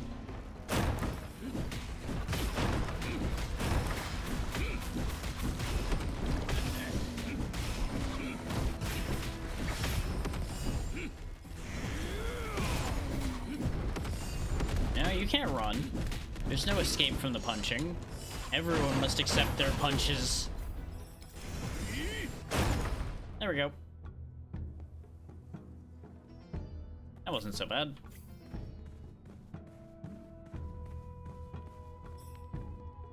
Keep thinking that that campfire is the one I heal at, but it's in the middle of a battle zone. Why would it be a healing campfire?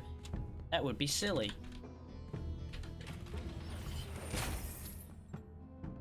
I don't think that works for me at all, because our primary skill is meter-based, not charge-based, so I think that's actually completely useless for us, which is very unfortunate.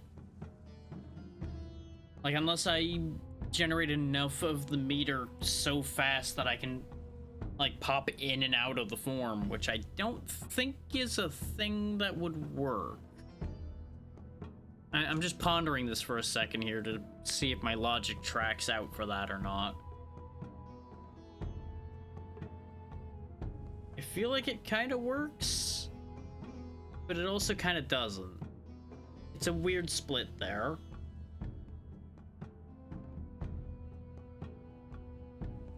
Exactly. A little bit of pew-pew. I mean, you know what? We'll hang on to it. If it works, it works. If it doesn't, it's fine.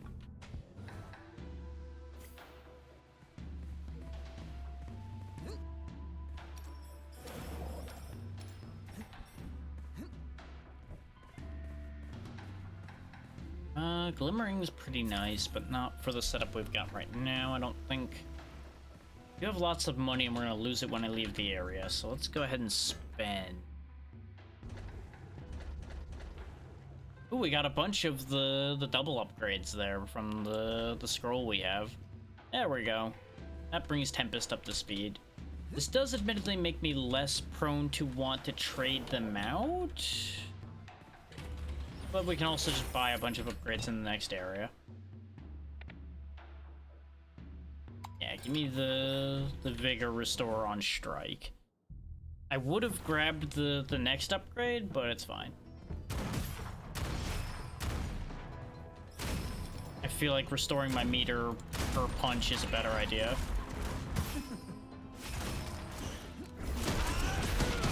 Because it basically should, in theory, mean that I have endless meter. I also have this rapid punch move now, which is pretty neat. I like the fact that this has unlockable moves, so you actually, like, have something extra you can get as this character progresses for this. Instead of it being just, I keep punching.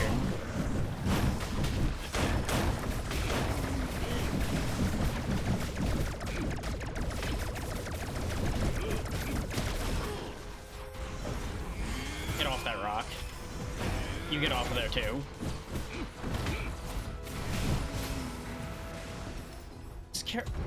That is one thing I will say about the continuing line for this game, is I swear characters are getting more and more broken by default, and that's a blessing and a curse. Because it makes it harder to convince myself to go back to earlier characters, even though I like them. Because their abilities are just both less effective and less interesting. Like, this game does kind of have a power creep problem, I would say.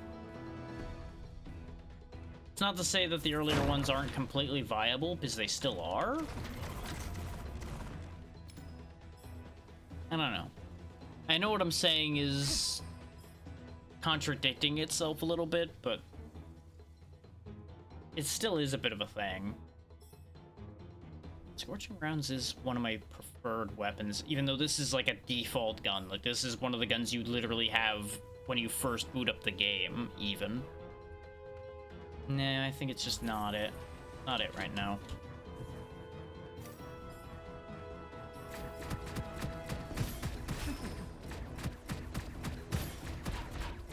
Like, to a certain degree, I think the weapons hold up better than the characters do.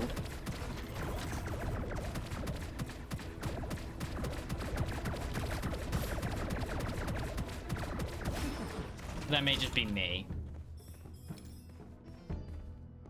Like, that is one I would absolutely accept. It's a personal choice thing.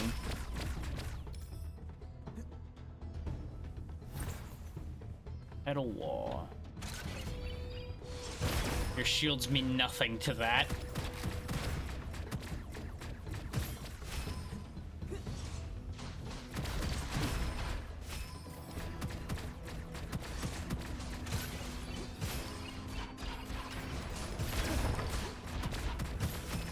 He's immortal, ignore him. Oh, there's death raining from above. Oh, that's why there's a lobster.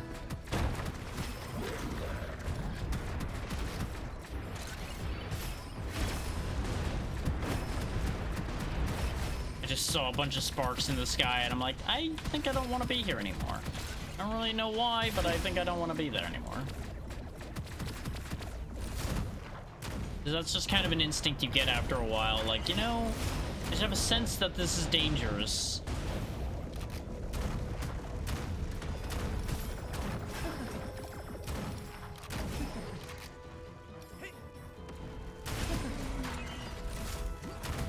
Matter, can't shoot me when you're floating? That's a shame for you.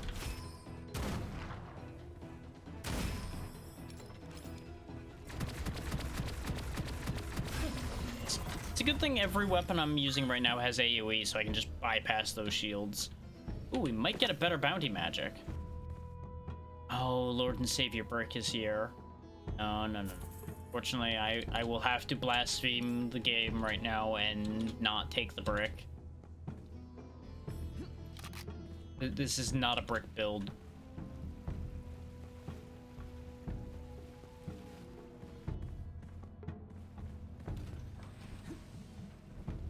Okay, it's down here. Let's see what dice we get from you this time. Sir, more weapon level, because I'm gonna keep trying to roll a better one. On better money. And that is better. That is 1 tier higher. So now we get at copper, X copper per kill per assist still, but 25% extra copper gain instead of 15%. And we are getting 11 copper per kill or assist. That'll help a little bit. Well, it's a 6. It sure is a 6. And I don't have enough charge for a reroll, but I'll hold on to that to reroll that one so I don't risk the one that I'm actively using anymore. It is nice seeing how those dice change up things. That sure is a lot of numbers and information there for Final Verdict.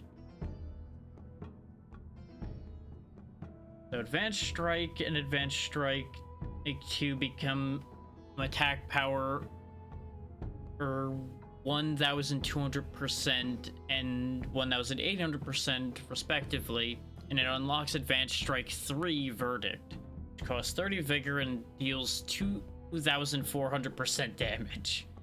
If combo count is over 30, you don't have to spend any vigor for it. Like, there's so much detail to how the mechanics for this character work. They're not complicated, but they are tricky. I think I do want Mountain Guard 3, though, for once we spend a lot of our energy, we will get all of our health back, which seems like a really good idea.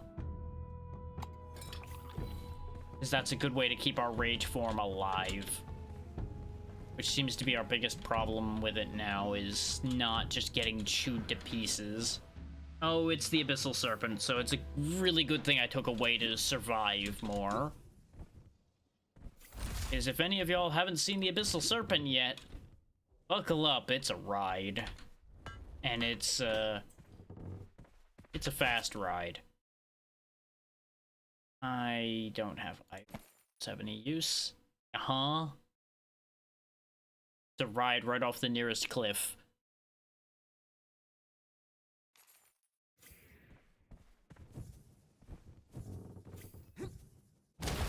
What if I told you there's not just one serpent? Because you see, that one's already real big.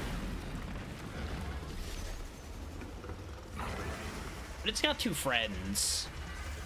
And you have to fight all all 4 at the same time. Correct that.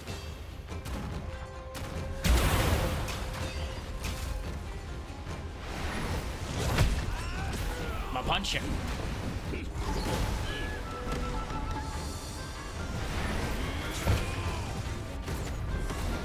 You want to hit it in the sides as much as possible because that's where the weak point is.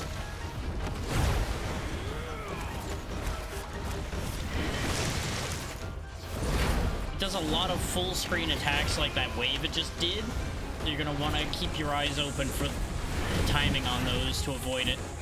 And then go for him when he lunges out like that, usually.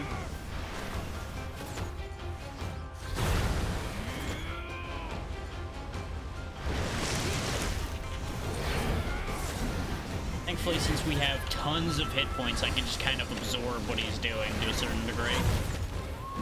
Which lets me actually get better openings than I would normally.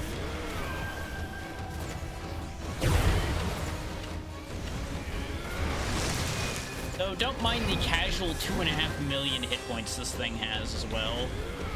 You know, it's fine.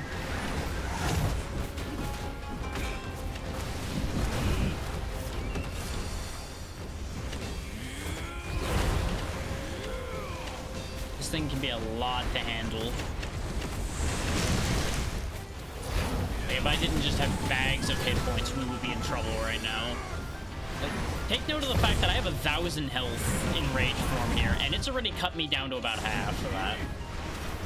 it has a tendency to one-shot people when it does that wave attack if they don't dodge it. And as you can see, as his health gets lower, it gets more aggressive, like this, where it just starts attacking a lot. But he's dead. That thing is just a lot to deal with. Turns out, punch form did work way better on that than I thought, though.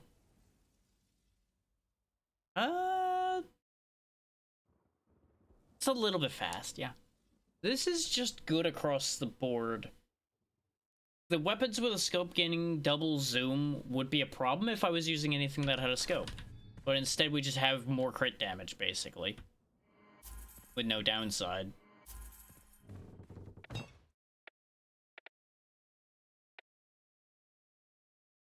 Ooh, extra attack speed for my punches? Yes, please. Now we have a choice to make here, after I look at the dice. Of course, I roll a red number now. Weapon level plus 10. 4 additional weapon level per 10% elemental effect chance up to 80%. And additional weapon level per dice. So, you know, our level 10 just casually becomes a level 20 weapon. And its damage increases accordingly.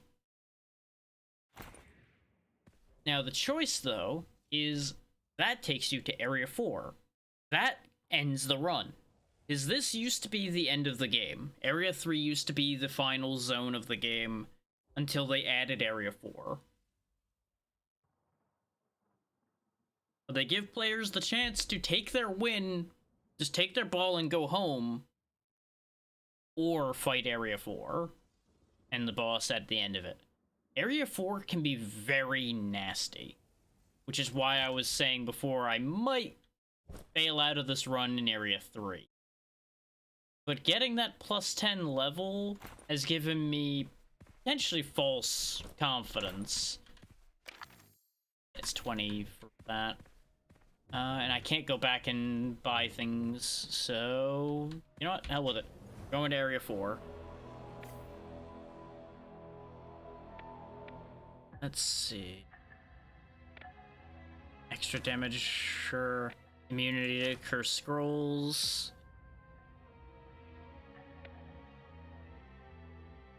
Yes, because I'm immune to Curse Scrolls, so I'll just take the extra damage.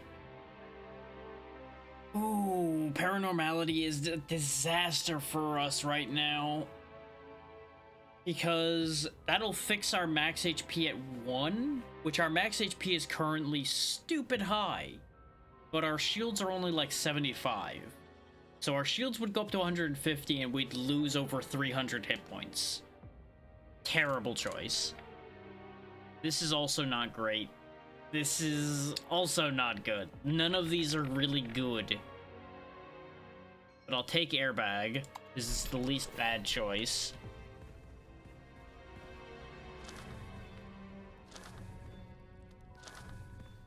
In case you don't understand what this means, in a state like we are right now where my shields are full, I would start gradually losing health until I go down to 1 hit point. But the second your shield breaks, you get all of your health back. And you block all the damage from when your shield broke. So technically you're safe. But anything that bypasses your shield will kill you instant. So it's a trade-off. Not too many things hit health directly, but I do believe there are a couple things that do. So it's a little bit of a risk. I forget if this can actually down you or not, is the other thing. So I'm actually going to go ahead and recycle it. I'm not taking that risk. Spiritual Remnant ignores it. Okay.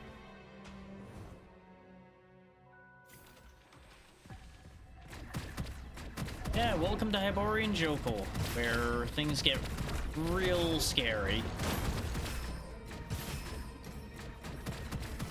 It may not seem it at the moment because we are quite powerful. They also give you an easy first room, usually. but you get a feel for the enemies that are here.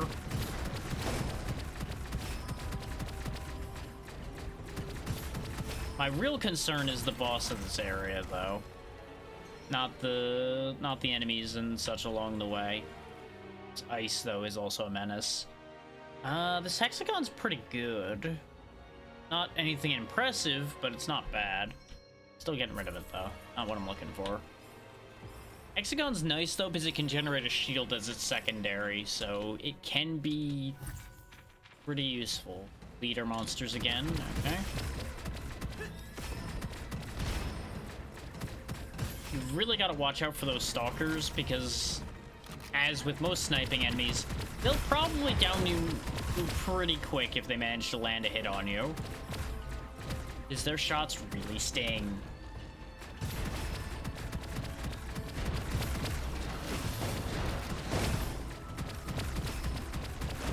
You see what I mean about the extra 10 levels on my weapons making a difference? Is we're doing thousands of damage per shot.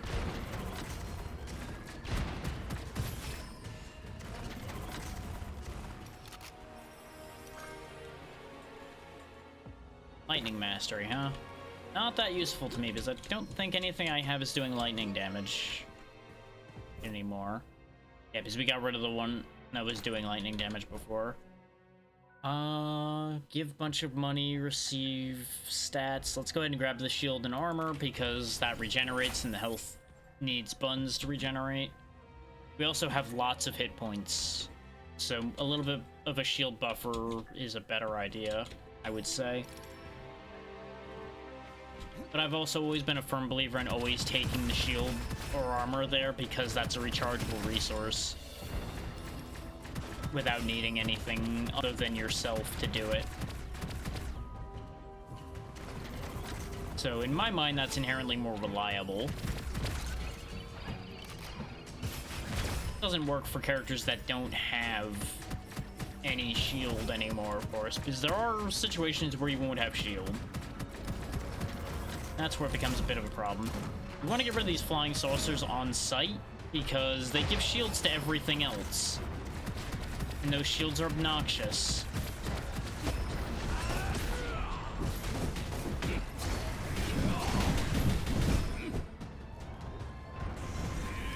That's for you. And a second one. And one for you. Arclight is just a lightning throwing knife. It's pretty neat, though. I do like the throwing knives. This is just, again, not really a setup for that. And I can't really be deviating too hard at this point.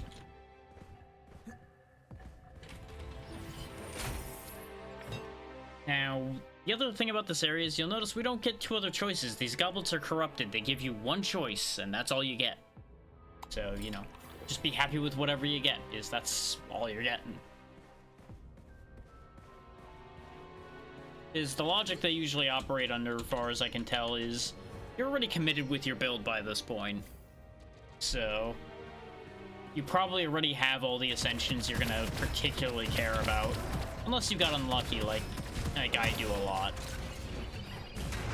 So I also pick a lot of very goofy setups that the game's like, you don't want or need these things. Why are you fishing for them? Like ignoring the dog character's entire mechanics and just going for all the explosive bonuses he gets, for example, is one of my favorite things.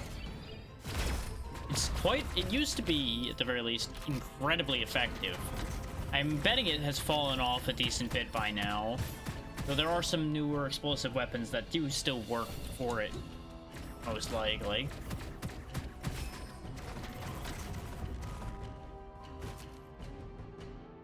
Battle nature. Deal extra damage whenever there's enemies within 10 meters of me, as long as there's more than 2 of them. Sure, why not? Whenever magazine's full, that's great for jackpot, as the magazine's always full unless the bullet is currently in the air, so that's perfect. This basically means every shot from jackpot has the increased damage. It's great for sniper rifles as well, because a bunch of them are single round magazines too.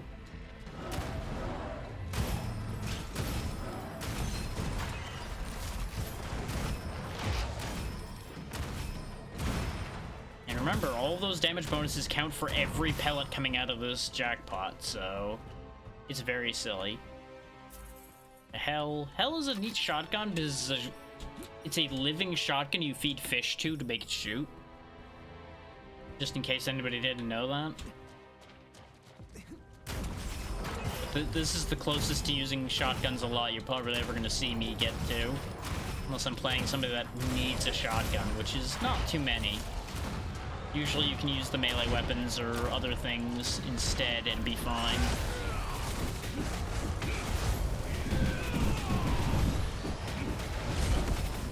These penguins riding the baboons, though, are some of the most dangerous enemies in this area, in my opinion. As you can see, the baboons they're riding are also, in their own right, incredibly powerful. Considering they were chewing right through our super form.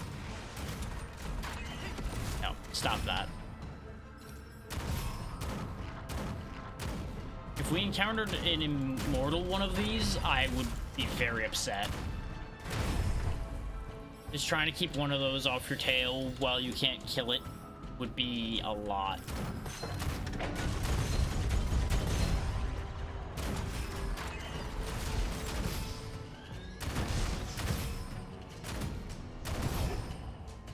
Okay.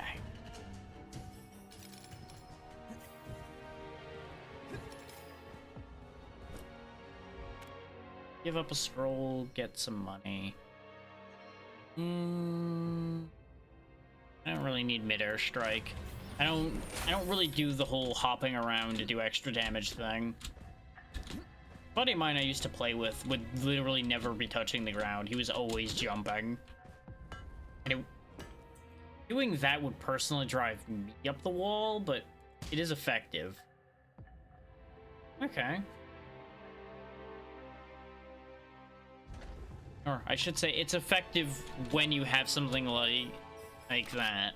It doesn't really benefit you too much otherwise, aside from occasionally avoiding hits because you're not on the ground.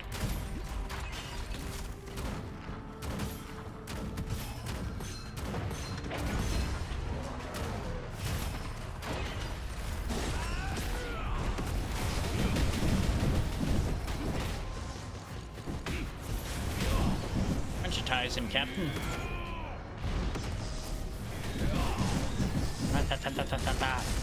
Yeah,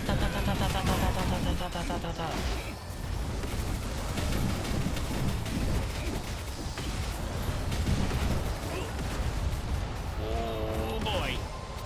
Oh, that's what that does. Silly me. The Q heals you in this form, as it turns out. So that's how I'm supposed to be surviving, which makes this form even more ridiculously powerful. So I burnt through all the charges of it now, so no more of that shenanigan. Oh, there's an immortal UFO. Hate that. Hate everything about that for me. Knock that down quick. For those that missed it, immortal... well, never mind, we lost. We're dead. That's how quickly you can get taken out, even with how much power we had. You just make one misstep and just deleted.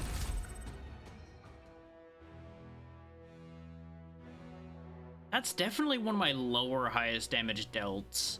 I have had damage in the millions pretty consistently with some characters. Just not this one. He's really survivable. His damage is just not incredible. And for those who have not seen this before, this is your progression tree. You start getting some of the basic mechanics like opening vaults and buying scrolls from peddlers and all that. And eventually you unlock rerolling the peddler and a bunch of damage bonuses and such.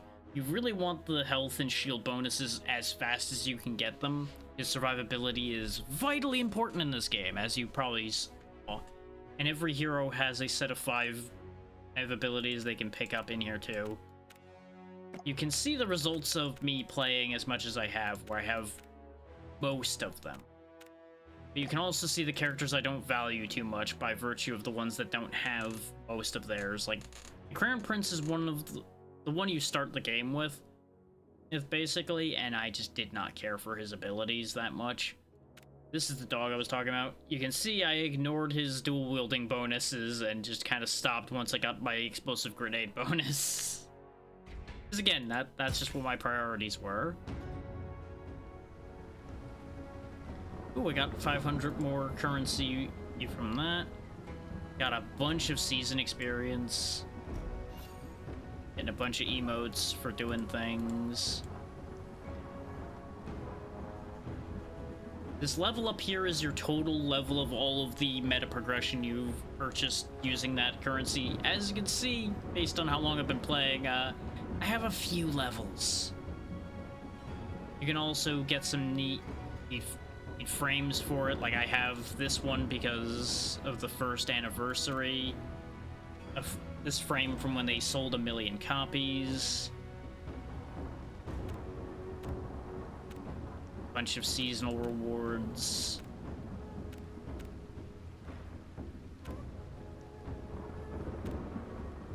Yeah, this was the 3 million copies one. And bear in mind, this was early access first anniversary. I believe specifically only people that picked it up very early got this one. And then you've got a bunch of avatars that you can pick up. I liked having the Abyssal Serpent as my avatar because it makes people upset, but it's also just a sign of like, hey, I killed the stupid thing that I don't like, and wear its head around now. Gluttony being one of the other main ones that is a huge nuisance to deal with most of the time.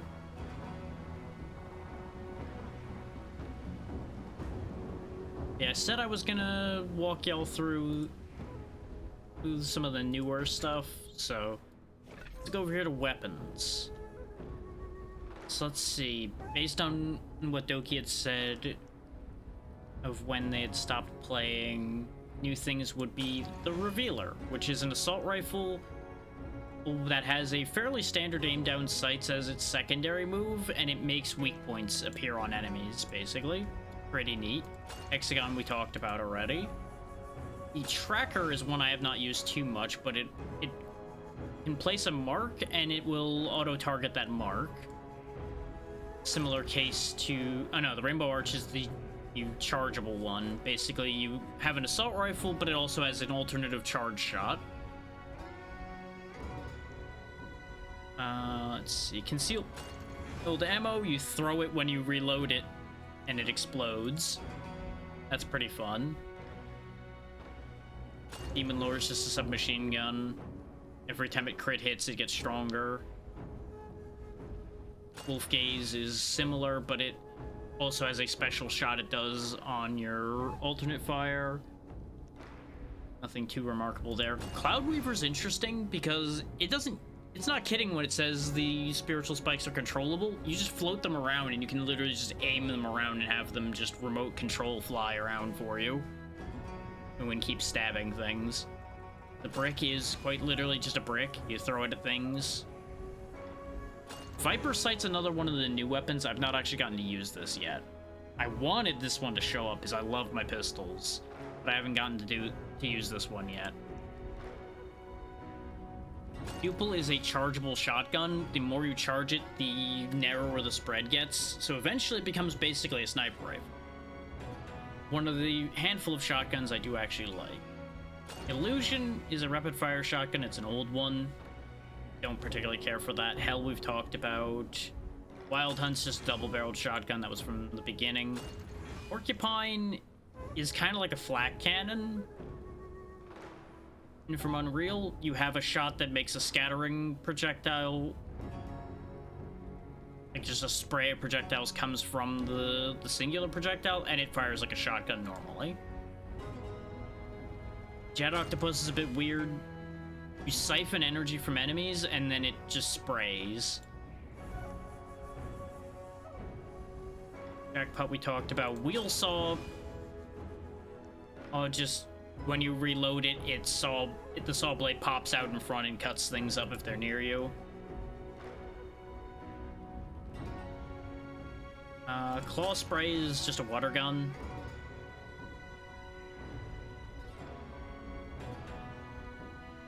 Got a bunch of bows these days.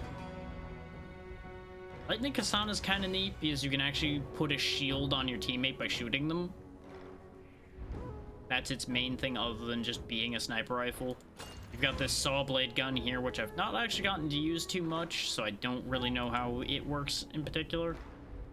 Your two main weapons, I believe, from this DLC is the Crane Chant right here, which is tracking shots and gains resources whenever you shoot or use your skills, and that can summon a Shadow Crane. And the Armillary Sash, which has chain shots. Basically, it hits an enemy and then bounces to a couple other ones. And it gains ping stacks, which you detonate with your other move. It's like Phoenix Roar is one of the other handful of staff weapons. You mark enemies with it, and then you know, I don't actually know what the marking and everything does. I don't remember anymore. I've not gotten to use it too much, as you can see from the usage rate of 0.05. Starfly's the little guy on the pot that I was talking about. It's an auto-target weapon. And when he's charged, he just shoots a lot more, and it just does a better job. Got a bunch of melee weapons. This is that burst fire bow we were looking at earlier that I threw away. That covers the majority of the newer weapons.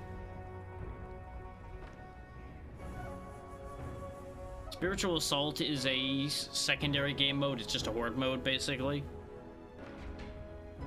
We won't really be engaging in that today. Honestly, with the amount of time we survive that run, we'll probably only do one other one, and then we'll wrap for the night.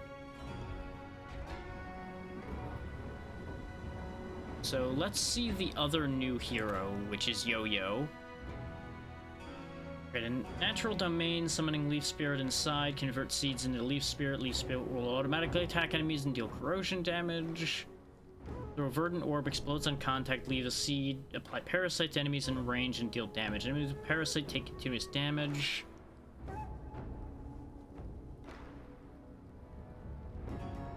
Okay, and you can absorb things, it looks like, as well.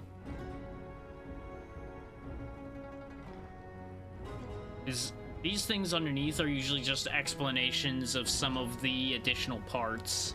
Like in this case, this explains what the benefits of your Leaf Spirit summon are. And I've already picked up all of Yo-Yo's bonuses. So...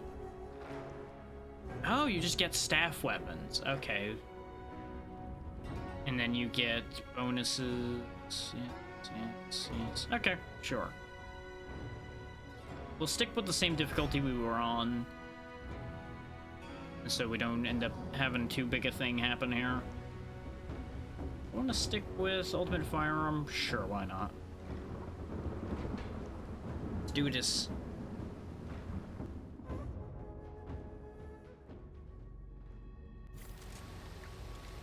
You, of course, start with the Foundry as always. Okay. I swear Yo-Yo jumps like slightly higher, or there was just a lag at first and it made my jump float. Doesn't seem to be different now. There's the Crane Chant. We'll give that a go since...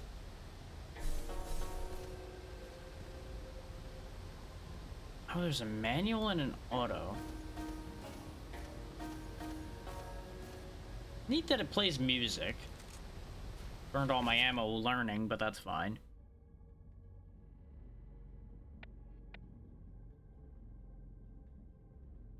Sure, yeah, we'll grab counter violence. Basically, I have a 50-50 chance for all of my attacks to critically hit now instead of not doing that. Oh, we have more options in here now. I can just buy dice instead of specific rolls already. That's neat. Go ahead and give me... actually, yeah, give me extra energy.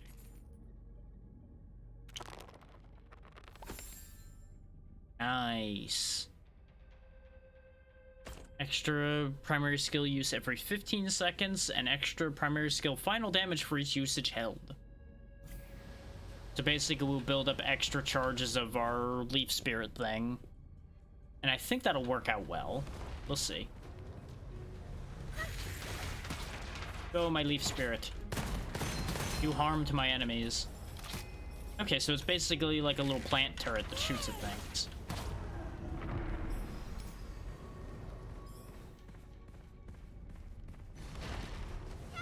The orbs. There are quite a few of those. Ooh, multiple Crimson Fire Scale. Pretty good fire scale. And yes, it is just a fish gun. For those wondering, it's a fish machine gun. Pretty nifty, and its alt fire throws fireballs.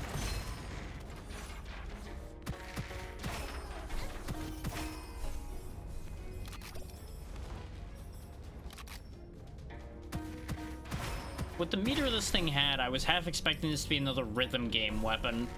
Is the radiation gloves require you to play a rhythm game to make them be their max effectiveness? Like there's a specific tempo you have to keep pressing a button at in order to have it work. It's very interesting. Huge pain in the ass, that's in my opinion, but it's real neat.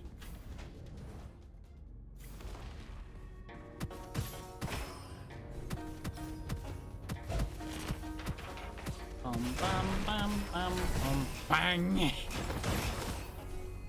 Okay, so when the meter fills is when I can throw the big death wave. Understood.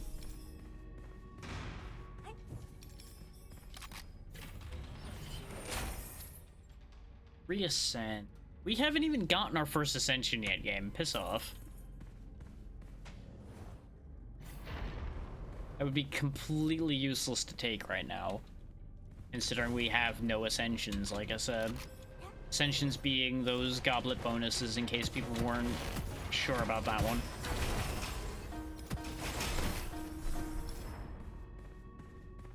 I'm just chilling and jamming things to death. Let's see. Leaf Spirit damage. When Parasite triggers, 25% chance to attach one seed to the enemy, increasing parasitic damage taken. Or activate a barrier in the natural zone. The barrier blocks projectiles or absorbs damage for Yo-Yo within the zone. 2 total uses. Gain invincibility for 0.3 seconds after each block or absorb. Interesting. I think I'm gonna take the nature reincarnation. That sounds more useful to me.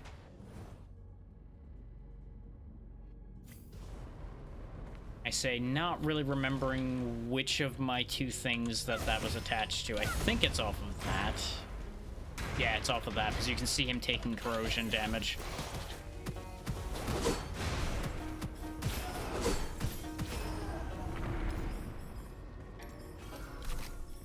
Just playing Plants vs. Zombies over here. Just summon all my plants, let them take care of my enemies.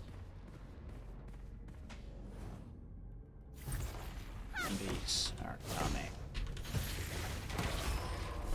Now they're going. Someone behind me. The homing on this weapon is surprisingly good. I had my back turned to that guy and it still tried its best to get at him at least. Oh, there's the other, one of the other new weapons, the armor sash, so. Oh, it's like that, okay. So I throw fireballs. That'll work. Ooh. You know what? Sure, why not? We'll let it ride. The curses might get bad, but you know what? That's the fun part.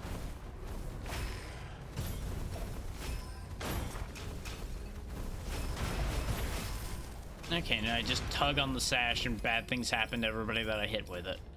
Understood. Burning, burning, burning you. Burning, burning, burning you. What do you got? Bunch of guns. Sure. Some health back whenever I take damage. Seems good to me. And it looks like Yo-Yo has the same amount of health as shields. Everybody's health and shield values vary at the start in case people didn't catch that before. So it can be important to keep that in mind when you're deciding on what upgrades to take.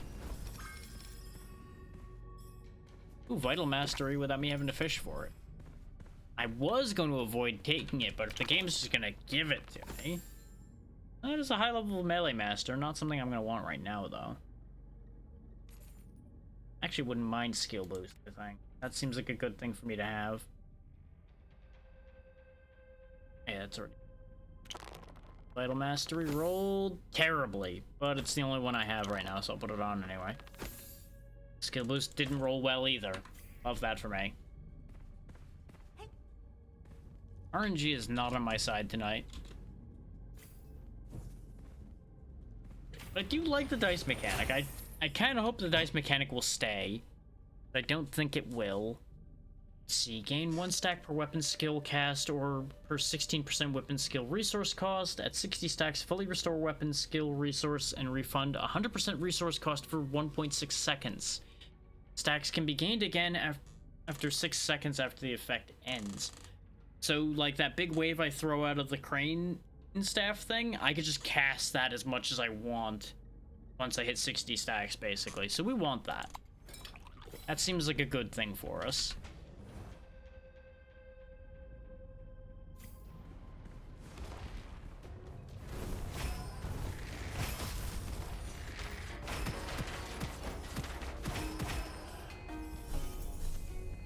Boom, bang, bang.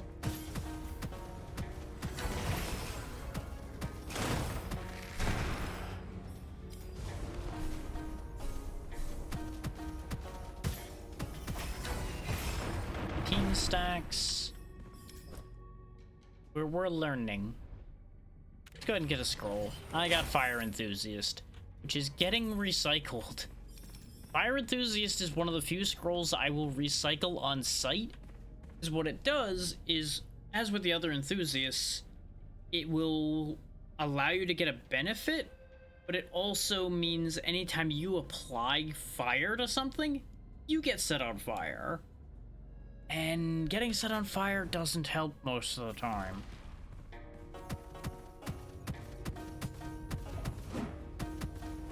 Like, there are builds where you can actually work with it because you heal more than the fire will hurt you. We aren't gonna have that here, I don't think. So all that's doing is asking for trouble. And I can do that well enough on my own. I don't need no silly scroll to set me on fire. I can set me on fire just fine.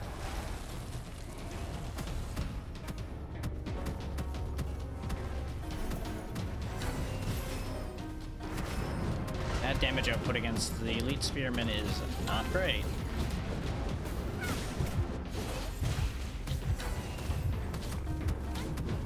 Ow, my body.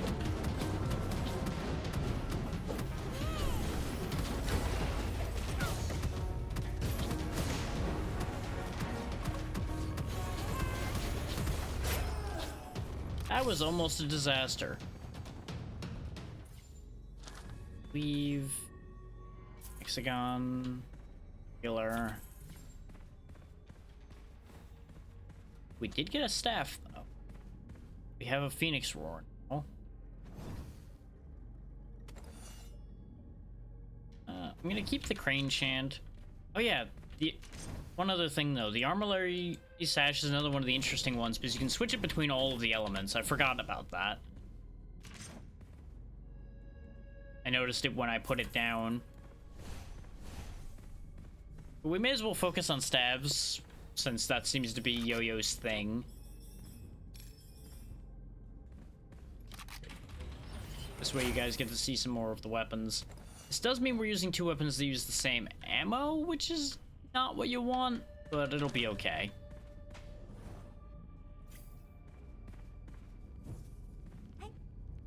And Gourmet is not super strong benefit to have, but I highly recommend making sure to have it.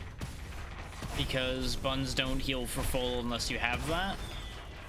And that can be risky.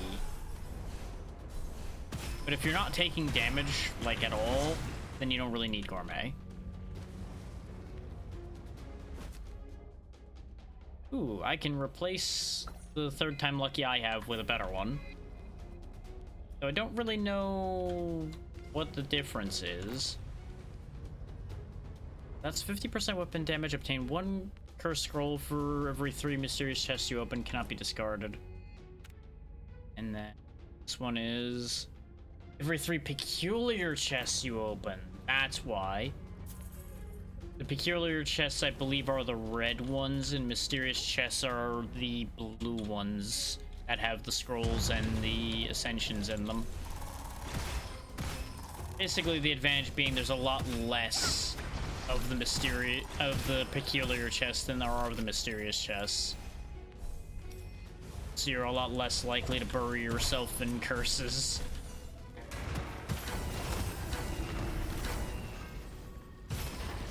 Hey, that doesn't last that long.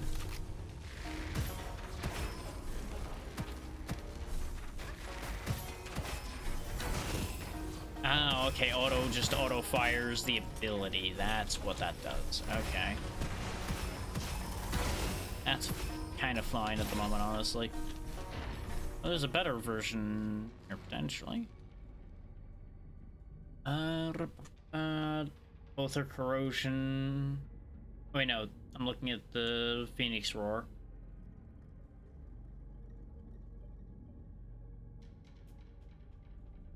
I like the new one. The 4 plum blossoms at half damage and extra weapon resources per shot is probably better.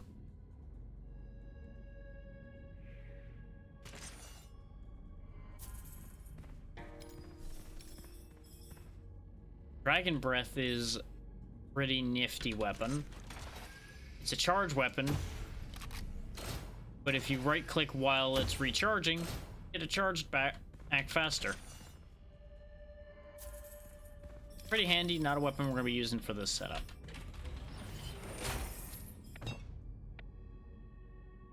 It's pretty good to have if you are aiming for launcher weapons, because it's one that can fire decently quickly relative to the other launchers. Because a lot of the other launchers are really slow.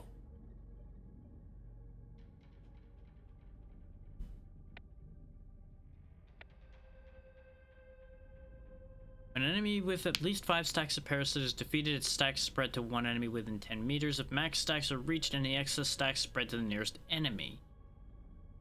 When an enemy's parasite reaches max stacks, it can be absorbed by Verdant Orb.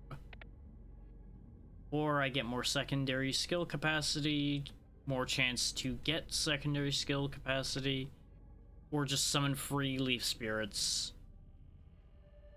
Go ahead and just take the free leaf spirits. That'll be good for when I forget to use it. We'll upgrade our music a bit.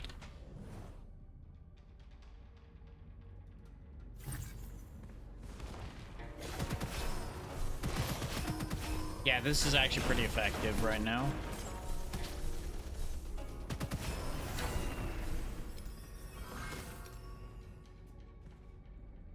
Flow. Consuming hero skill resource grants 12 to 24% chance to refund the cost. That's only for Lee, Momo, and Changyu, because nobody else uses resources. So that die is useless to us. Anyway, move on with our lives. Changyu being the one we were just playing, for those who don't keep up with the names, which I could understand completely on that one.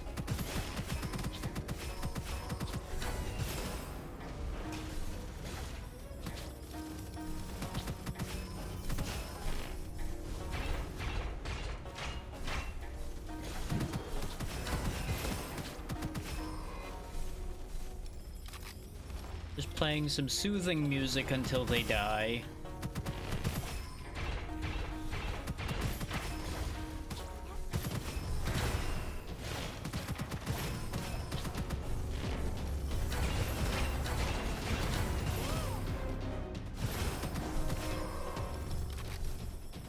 Yeah, the ability to spam that shot is not the most impressive thing, but it's not bad.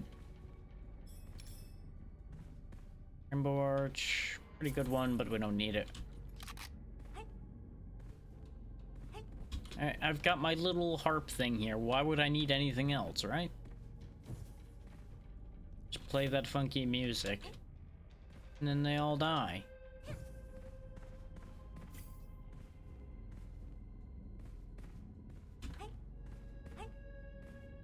Go ahead and get rid of that.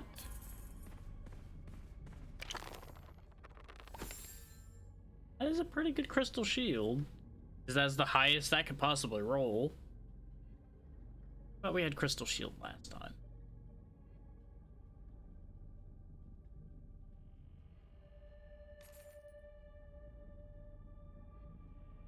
Let's try again for a better skill boost.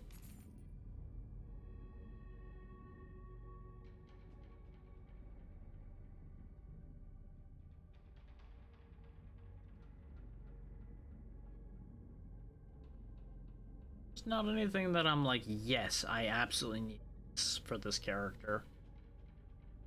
Actually, this could be good. Potentially.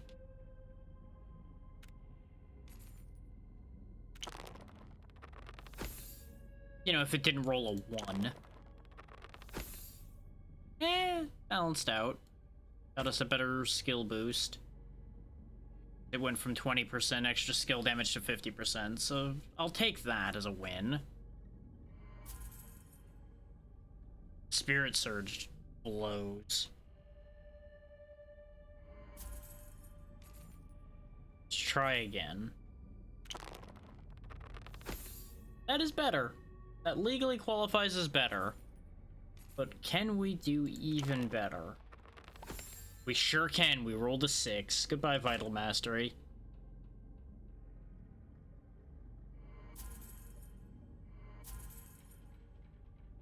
So 40% extra skill, secondary skill range and targets, and 10% extra damage for each extra enemy hit.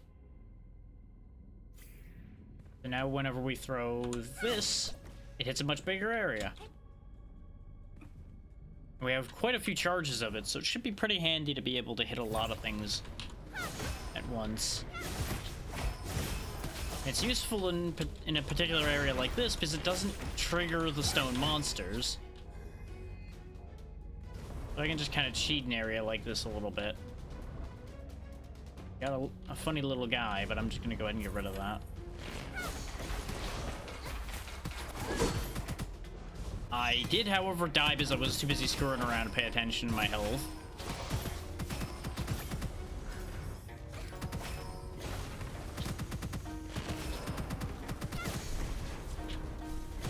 And this is the downside to using a homing weapon in here, is it's very easy to end up triggering enemies you don't mean to.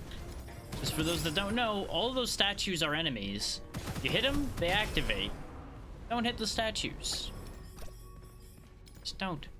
Don't do it. Not a good idea.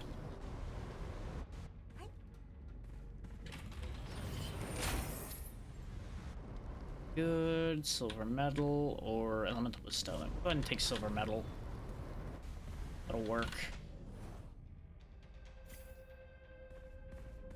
Oh yeah, that message that popped up was a good point as well. You can combine your elemental effects to do special effects. Ooh. Oh no, that's extra max HP for the Leaf Spirit, which isn't a bad thing. Skill damage bonus 50% more effective on staff weapon and an additional 50% more effective on its weapon skill. Ooh. That's tempting, because we are going to be focusing on staff weapons. We'll just need to get a lot more skill damage, which I can do that. Potentially. And it's golem time. Works out well so you get to see the other boss of this area. Lightning shard, really anything I want right now. Sad.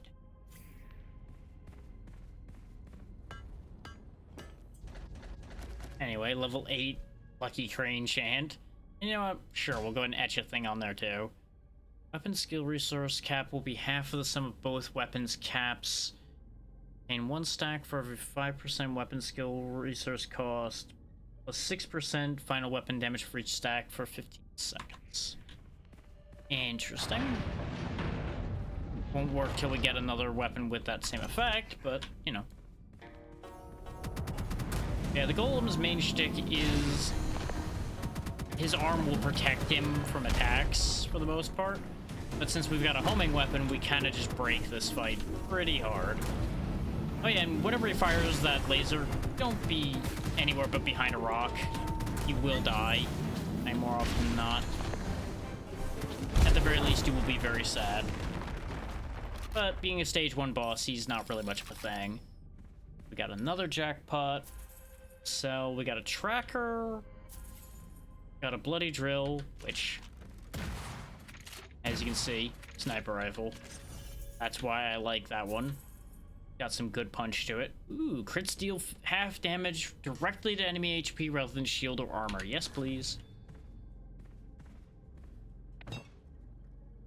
Enemies in the domain, 100% chance to be affected by elemental effect, plus 20% final damage taken.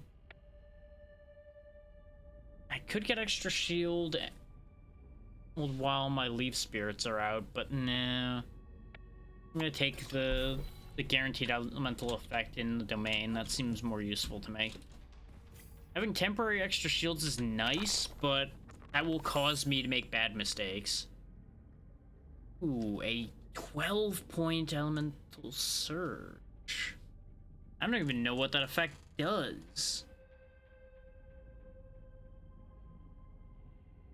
But I don't think I will be taking that because I don't have lots of elemental effects. Ooh. Chain Strike, though. Defeating an enemy with a secondary skill deals 45% of the final damage as true damage to the closest enemy. This true damage can chain again if it defeats its target. And that's the highest that can roll, too, so give me that. That'll go in my new 4th slot. And I think that's one I can't get in here either. I don't see it.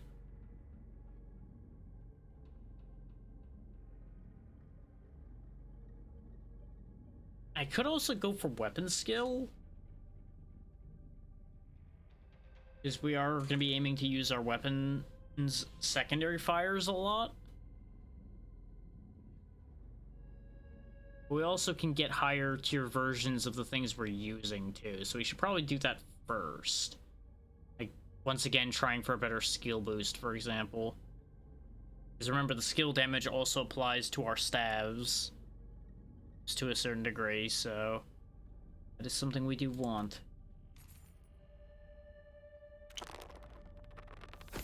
And we have been rewarded with an 80% skill bonus instead of our 50%. And look, we have all purple numbers. Now we just... I sold the wrong one, so never mind. We no longer have that. Ignore me. This is why I said this was going to be the only other run we do today, because I'm already falling apart. I could get Deflection Shield, but enemies get that too, and it makes them really annoying.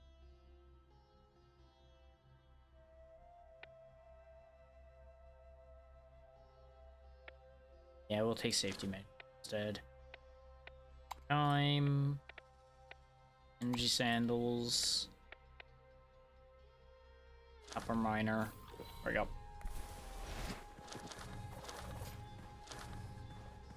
What do you got for me, buddy?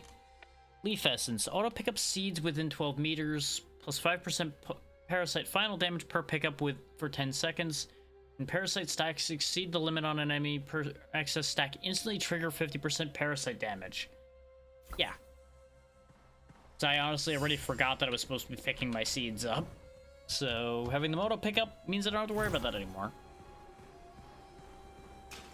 Numbers rise again.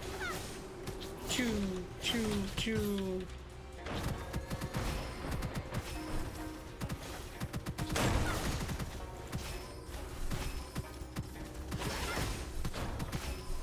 yeah, there was a split guy. Split guys are funny because when they die, they turn into two more.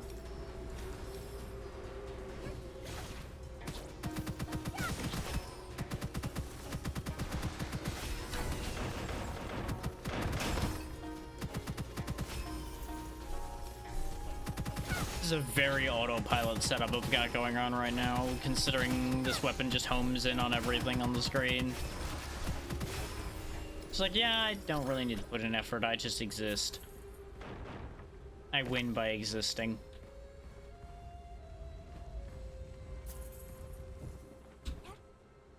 Let's see what that enhanced peddler's got for me.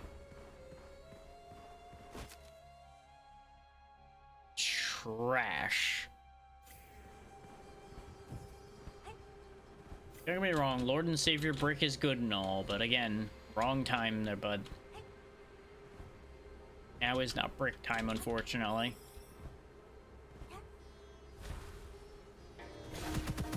Though some would argue all of the time is brick time.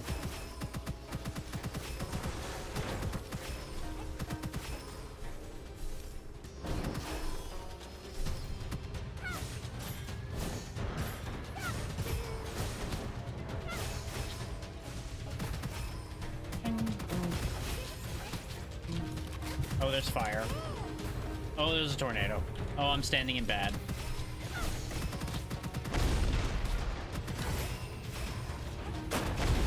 Well, then again, it's kind of hard not to stand in bad when bad is everywhere.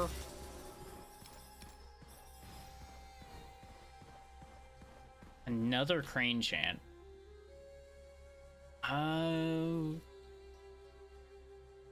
No. The extra damage to enemies hit by hero skills is nice, but no. I like my multi-shot crane chant.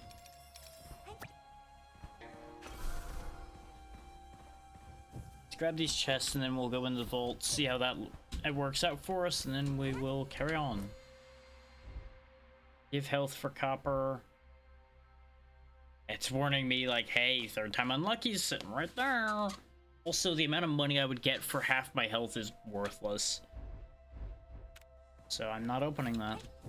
That's one of the rare times I won't open it because 200 copper ain't worth it. Extra parasite damage. Yeah, extra parasite damage. Because if I'm going to be actually using my skill damage, I want to be throwing around a lot of parasite probably. And just dot everything to death.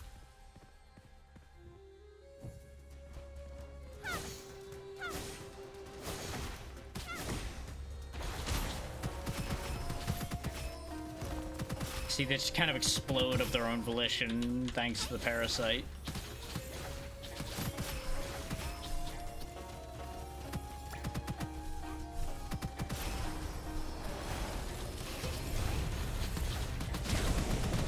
Oh, no, no, no, no, no, no, no, no. He's got Weed Killer. Get him. Fuck him up. There we go.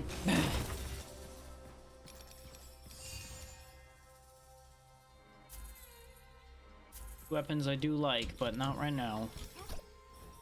That ended up working out shockingly well, though. I just dumped all my buttons on him and hoped for the best, and he just exploded.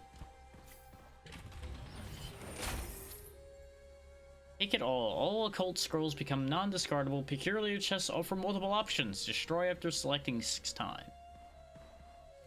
Basically, you can actually take more than one thing out of the red chest, is what that means, for those who don't understand. Strategic advantage lets me move faster. I'll go ahead and snag Foundry Blessing in case things go sideways and I need to use the Foundry to protect myself. I am using 2 weapons that have the same ammo type after all, so there's a world in which I screw up hard enough that I run out of ammo. It is unlikely. It can happen.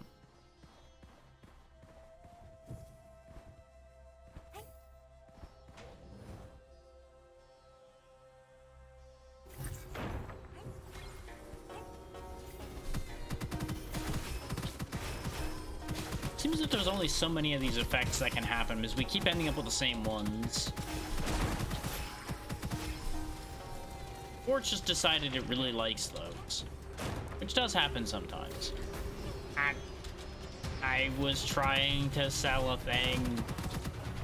You dicks.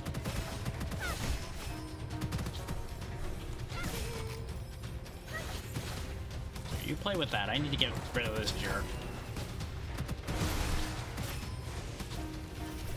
I usually snipe those worms on sight, but having an auto-targeting weapon makes that a bit harder to do.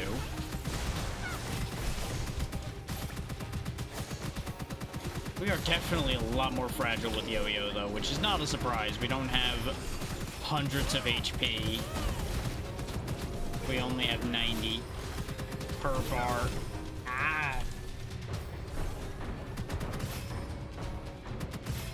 We do have the advantage of homing shots, though.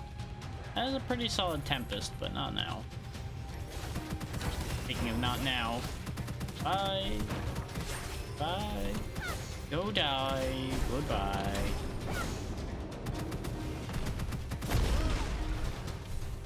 Hello there. Hey, Callista, how's it going? There's armillary sash. Whoa there, sir. Whoa there. There, have a bird. Bye, dear. Ack. Eat. Ack.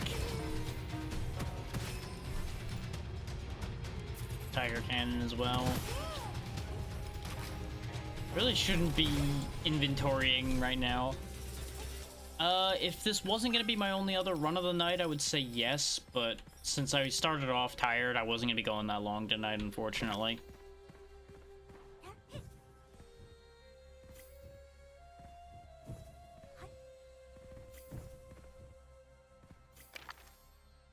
Appreciate it.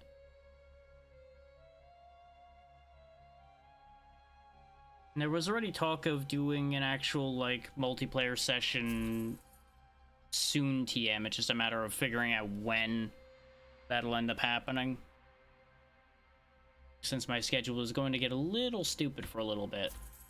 Yet again, so we'll see.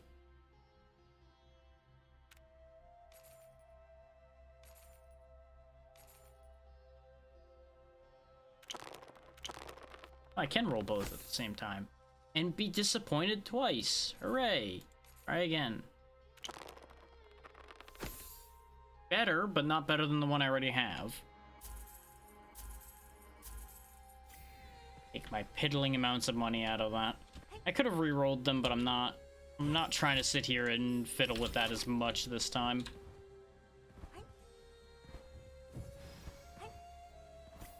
See how quickly I can zip on through. Have you done much with the DLC, Callista?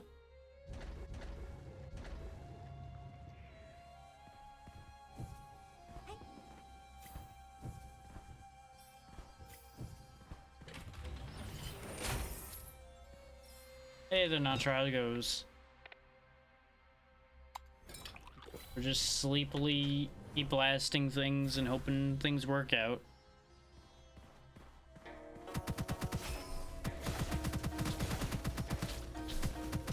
Oh dear.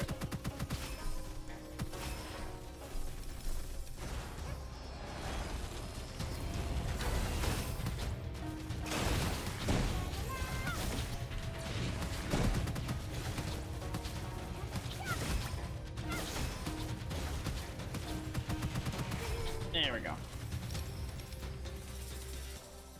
Yo-Yo definitely seems reasonably potent.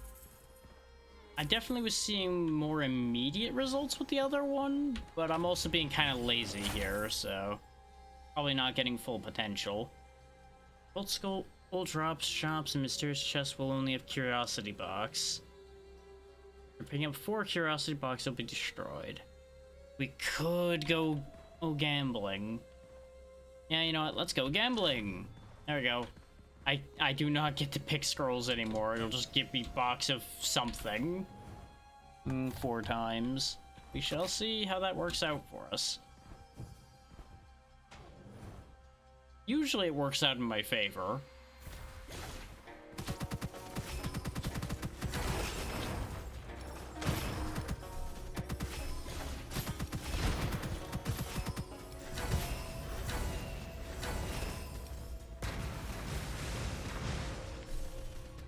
Okay. That certainly happened.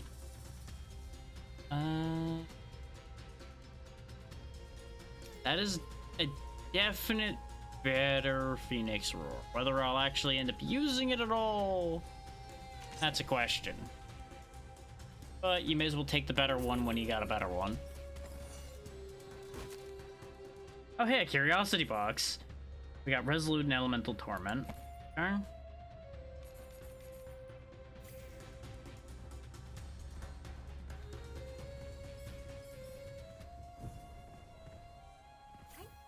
Yeah, the fun thing with Curiosity Box is you just get multiple scrolls. So opportunities where you'd ordinarily get one scroll, you'll get 2 or 3 scrolls. Just probably won't be ones you actually want. So, you know, you're trading quality for quantity. The over-under on it's usually pretty good. At least in my experience. Like, more often than not, you'll get things that are okay.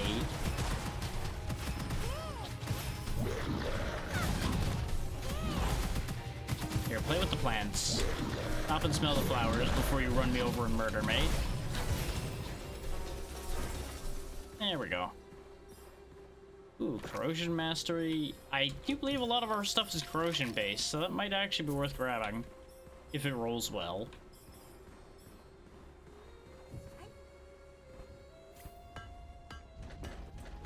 Just committing to all in on the crane chant here. Just for cheeky, lazy strategy.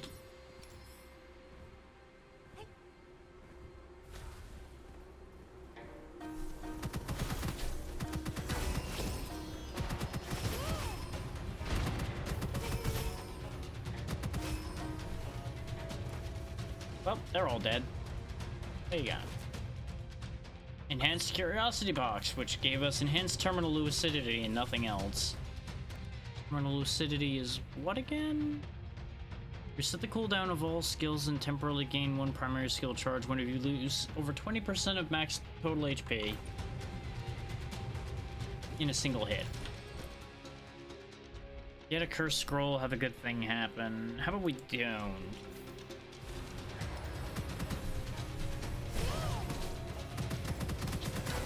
A lot of the cursed scrolls, like I said before, aren't horrendous, but the rewards from that, for me personally, are usually not worth it. But I would say that's a personally arguable position. Like, it can definitely work out better for some people than it does for me. And it's not that hard to get rid of curses, like I mentioned before. Either get rid of or get around them. On good corrosion mastery. A 9. That is the lowest possible range, so goodbye. Mana charge. We could get a bunch of extra primary skill damage between usage. That could be pretty good.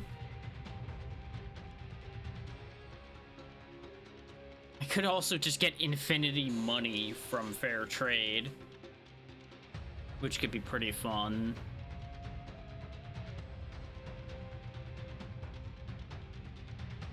Is you just get money every time you use your secondary skill.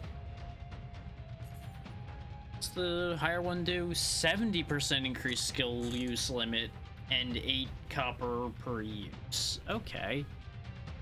Honestly, extra energy's kind of fallen off at this point, so we'll take fair trade in place of that. Exactly. All of the money. Money, money, money.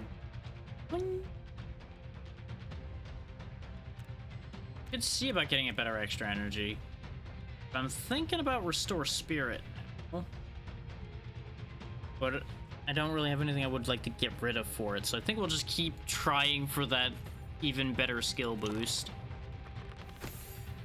And we did get another tier higher. That replaces the one I lost before, or because I sold the wrong one.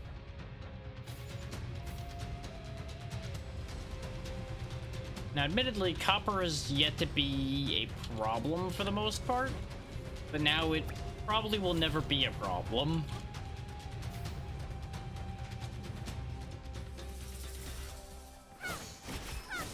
I just get free money. I throw death to them and get paid.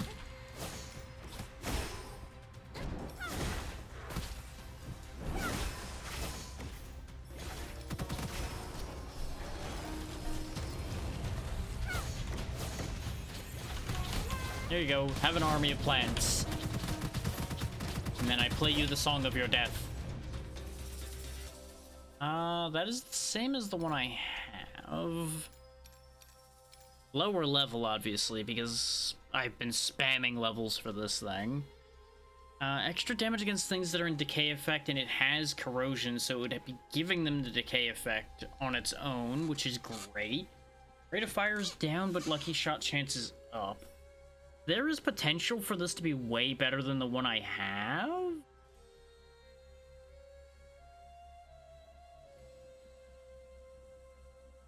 The level decrease is gonna hurt for a bit, but I think it's actually worth trading.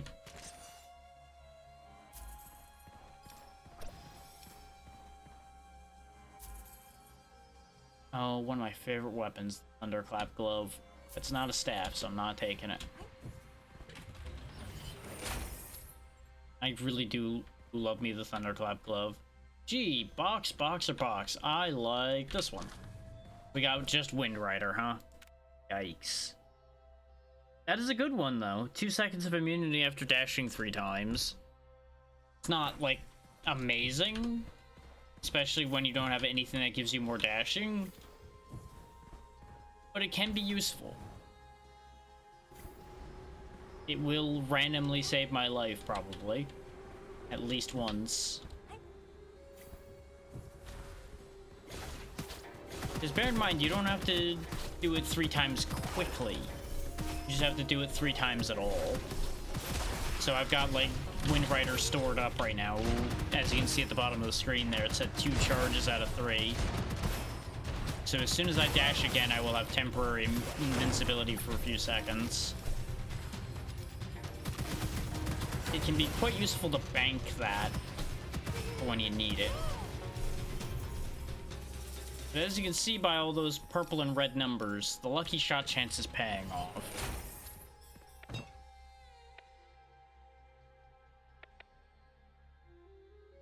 Let's go ahead and grab Forest Boon now because we make money on our secondary skill usage. I was very tempted by the one that makes the Parasite not consume on trigger. Oh, that's showing me the Craftsman that's all the way back there. We have lots of money, though, so let's go actually make that exchange, shall we? Oh yeah, that's the Curse Scroll that I didn't want. This is gonna take a hot second to get back to him, but I think it'll be worth it.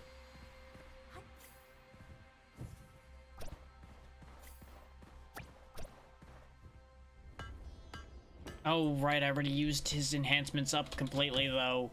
Stupid. Also, I have a few usages of my secondary. I am currently holding 19 Parasite Seeds. I may or may not have forgotten about this usage increase from that. In addition to the usage increase I just got, I actually should have taken the other one. Oh well. Now, the question becomes, how quickly can I shred this thing with the power of plant life? Curiosity box. Brief respite and rational consumption. What does rational consumption do again? Brief respite is usually you get immunity when switching weapons or reloading, which is handy but not big. Rational consumption. 80% skill damage every time you purchase from the peddler, you lose some of that. That's a shame. Craftsman doesn't count towards that, though. Ding, ding, ding. It's etched as well. Not too bad, not too bad. 20% lucky shot chance with each defeat or assist within 15 seconds after using weapon skill. So that's gonna do very good things for us, temporarily. Hey, bud.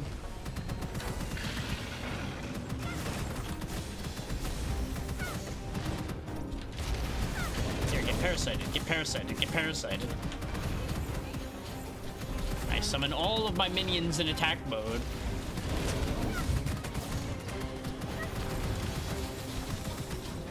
And Wind God is dead. Wow. That might be effective. I don't know what gives me that impression, but I think that might be effective. Turns out taking out a flying target's really easy when you don't have to aim.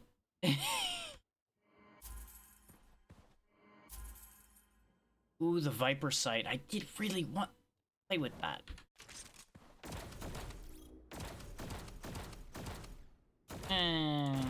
Less exciting than I had hoped. It's just a laser pistol. Neat reload animation, though. Heavy shield. When hit by enemies, 10% less move speed for 10 seconds. 40% chance to immune all damage. 25% from elite or bosses, though. Sure, you know what? Those are odds I can live with. There we go. I can still get the chance to not use up the charges for the parasites. So that'll work. And now we can get the highest end. Those. We can get a really good Restore Spirit. Oh shit, skill boost. But I could re-roll the skill boost. But I can also just... Actually, no, this is cheaper than getting a skill boost right now, so we'll take that one. Reroll. 18! Plus 200% skill damage, 15% chance to boost final damage by 300% when dealing skill damage. Yes! Yes! Yes! Yes! I could actually have both of these, because we actually got our 5th slot. But I think I'm gonna fish for a good Restore Spirit. Now that we have the extra spot.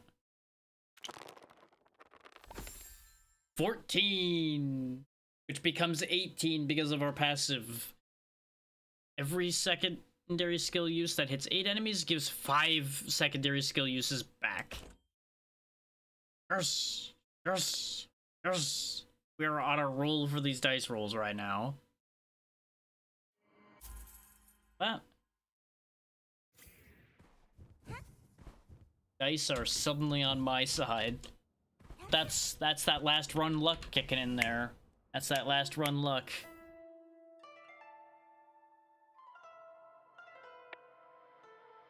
You know what? We're doing it. We're taking Dual Edge. It's a terrible idea, but we're doing it. His Dual Edge is funny. The longer you have it, the more damage you deal. But, it being Dual Edge, the more damage you also take. Because it raises both your damage dealt and damage taken by 1%. So, it scales up nicely in good ways, but also kills you if you're not careful. We'll take Capacity Overdraft so I can just keep spamming that if I want to. Fisher Bearpaw is very funny. When you're shooting, and there's a chance.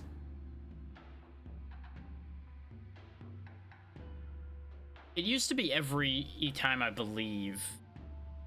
But it will cut the damage in half, but deal the damage twice. Basically. Which is great for when you have things that trigger off of dealing damage, or things that multiply your damage.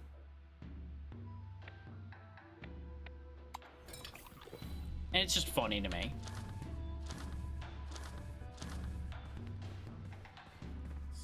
Like, I've yet to really have Fisher Bearpaw backfire.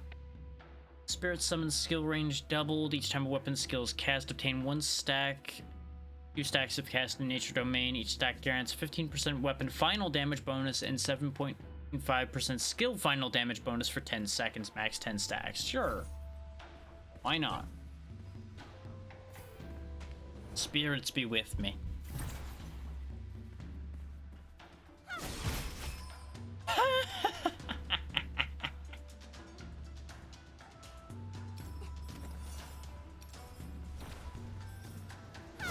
Get deleted.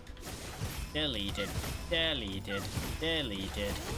That's fine that you're immortal. Good for you.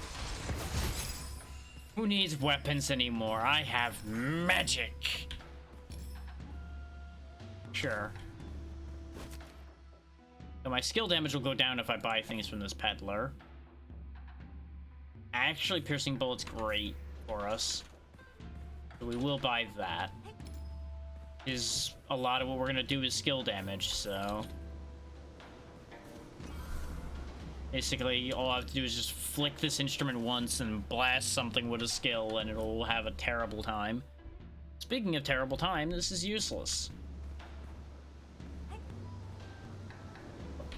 Wait, what do we got in here?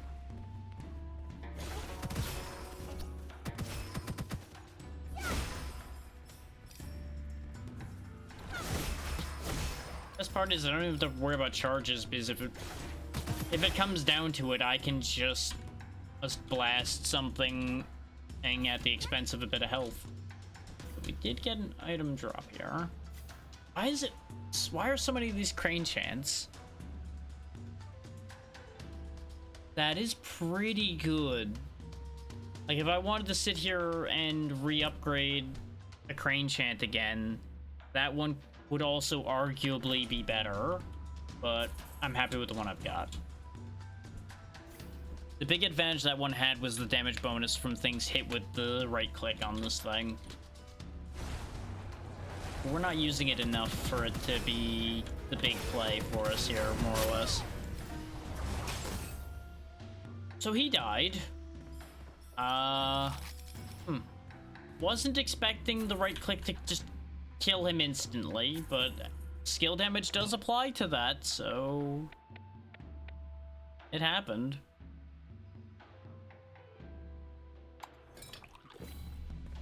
That was brutal. Like, I almost feel bad, but I don't.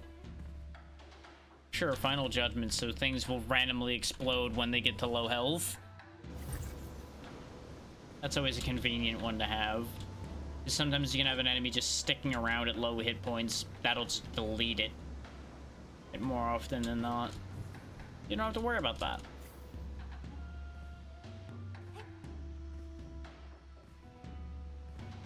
That's for you, bud. You just rolled higher, same boat. Okay, that's fine. Everybody is in fact in the same boat because you're all going to die together.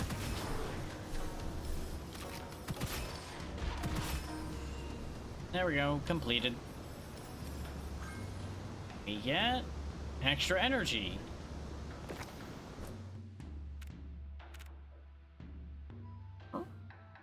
Oh, switch skill casting mode. Default mode creates a field at target location, or I can have it center on self.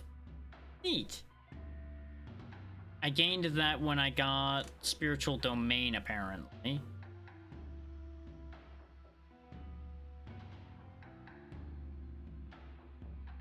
Wherever that is. But I don't have. You know, I'm not gonna worry about it. But either way, I can trigger, like, summoning my effect on myself so I benefit from the domain.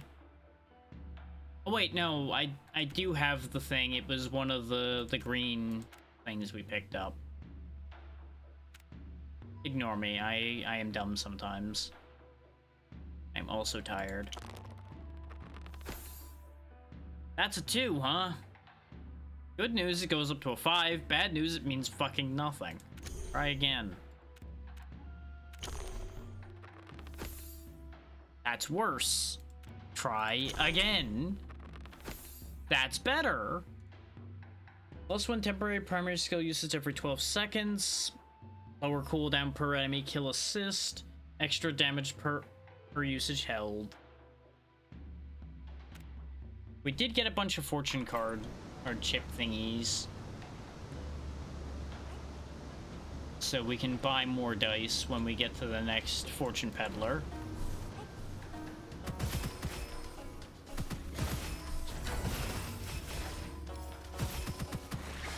Sir, stop being immortal.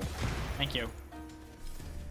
That's how you deal with immortals, by the way. Just ask them politely to stop being immortal, and then they'll just die. Oh, I never got Realm of Corrosion, huh? Well, I have it now. Then again, I don't really use corrosive weapons that much. I'm usually using fire. Not necessarily by choice, but just because the weapons I like usually end up with fire. Bang, bang, boom, bang, bang.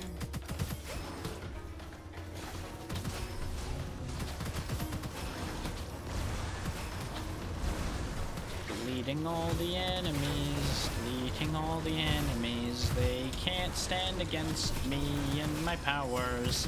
Ignore the fact that I almost died. I'm still winning. They can't stop me. Well then.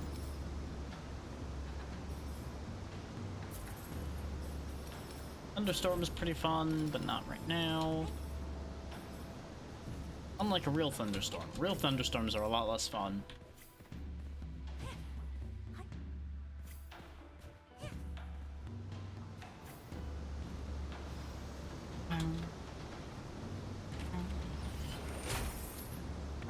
Let's see.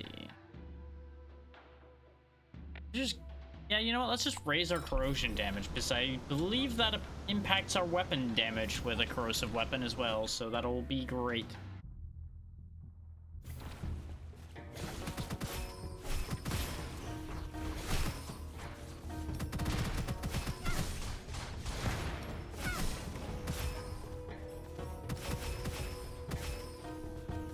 All your summoning doesn't help you if I just play music until they all die.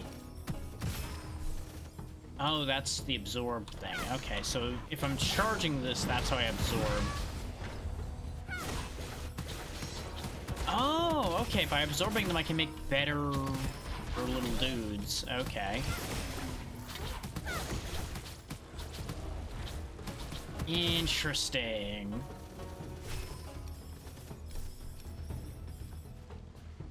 That also allows me to relocate my little dudes, which can be handy.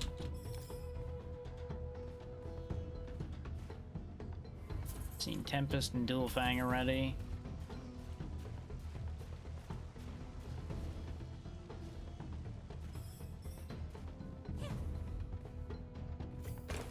Appreciate y'all hanging out tonight, by the way, even though it's a bit of a low energy session. They're splitting damage again.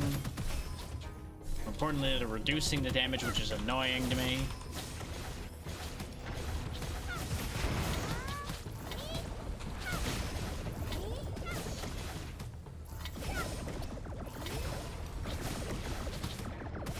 Just move the front line of plants forward.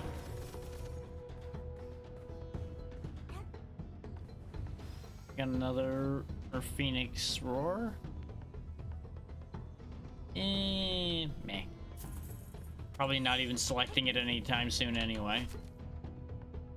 We could get a better Realm of Corrosion. Oh, it adds every time you crit hit to make the corrosive pulses. You know what? Sure, why not? Yeah, I know, they can't coexist. That's okay. Sell the previous version. I do keep lowering my skill damage this way, but it's fine.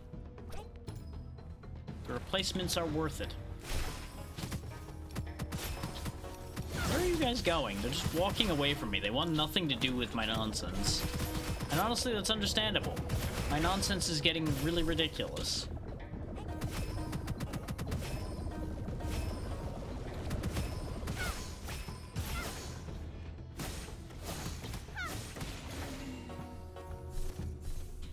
All the damage splitting in the world can't save them if I hit both of them. That's a really high tier Vital Mastery. Let's see what it gives me. Oh yeah, I never even put on that extra energy. 11. Not bad, 50% extra HP.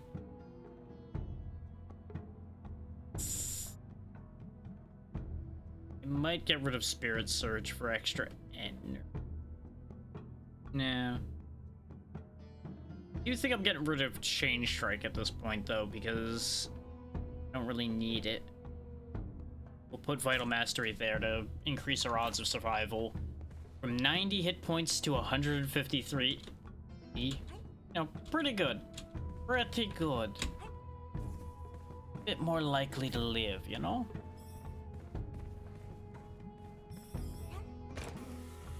Wrong way. There we go.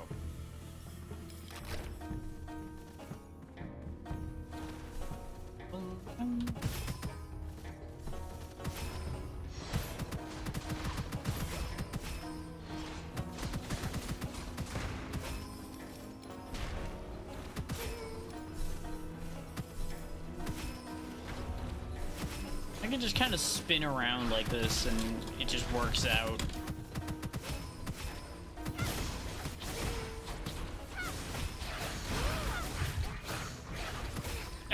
Well, I got by the exploding lanterns because I was fucking around too hard.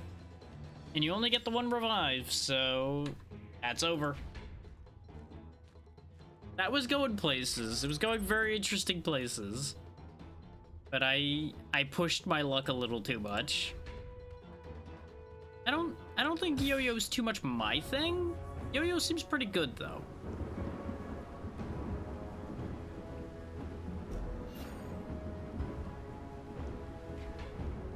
Go ahead and claim our level 10 quick peek emote. There's nothing in here that I'm too excited about. Getting this avatar frame would be fun. And later on it gives you just a bunch of free stuff. You can also go into the season store to spend into excess currency you've got to buy some other stuff. Nothing I want badly. That could be fun.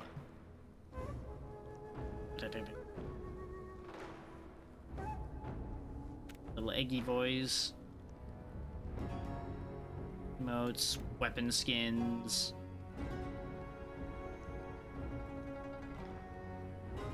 A lot of things to try to help the longevity of the game, which is neat enough, but not something I'm that invested in myself.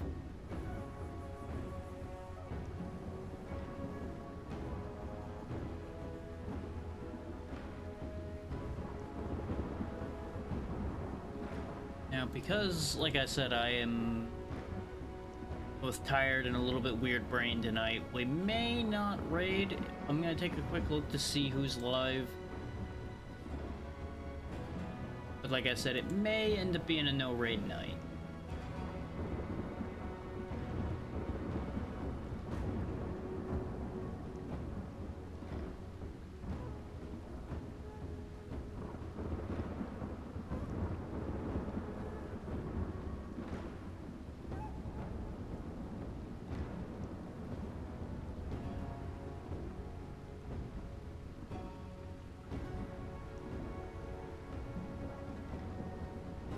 I don't see any of my guaranteed absolute yeses in the pool here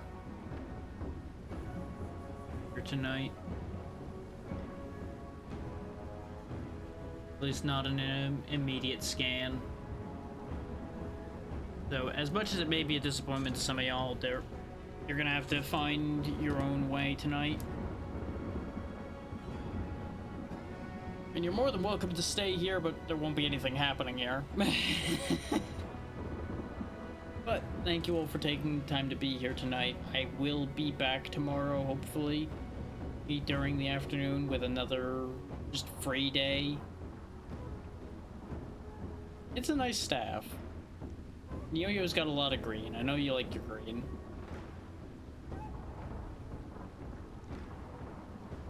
Yeah, Saturday we will be doing a cheap crowd control. Reminder, the poll for that is up on the Blue Sky.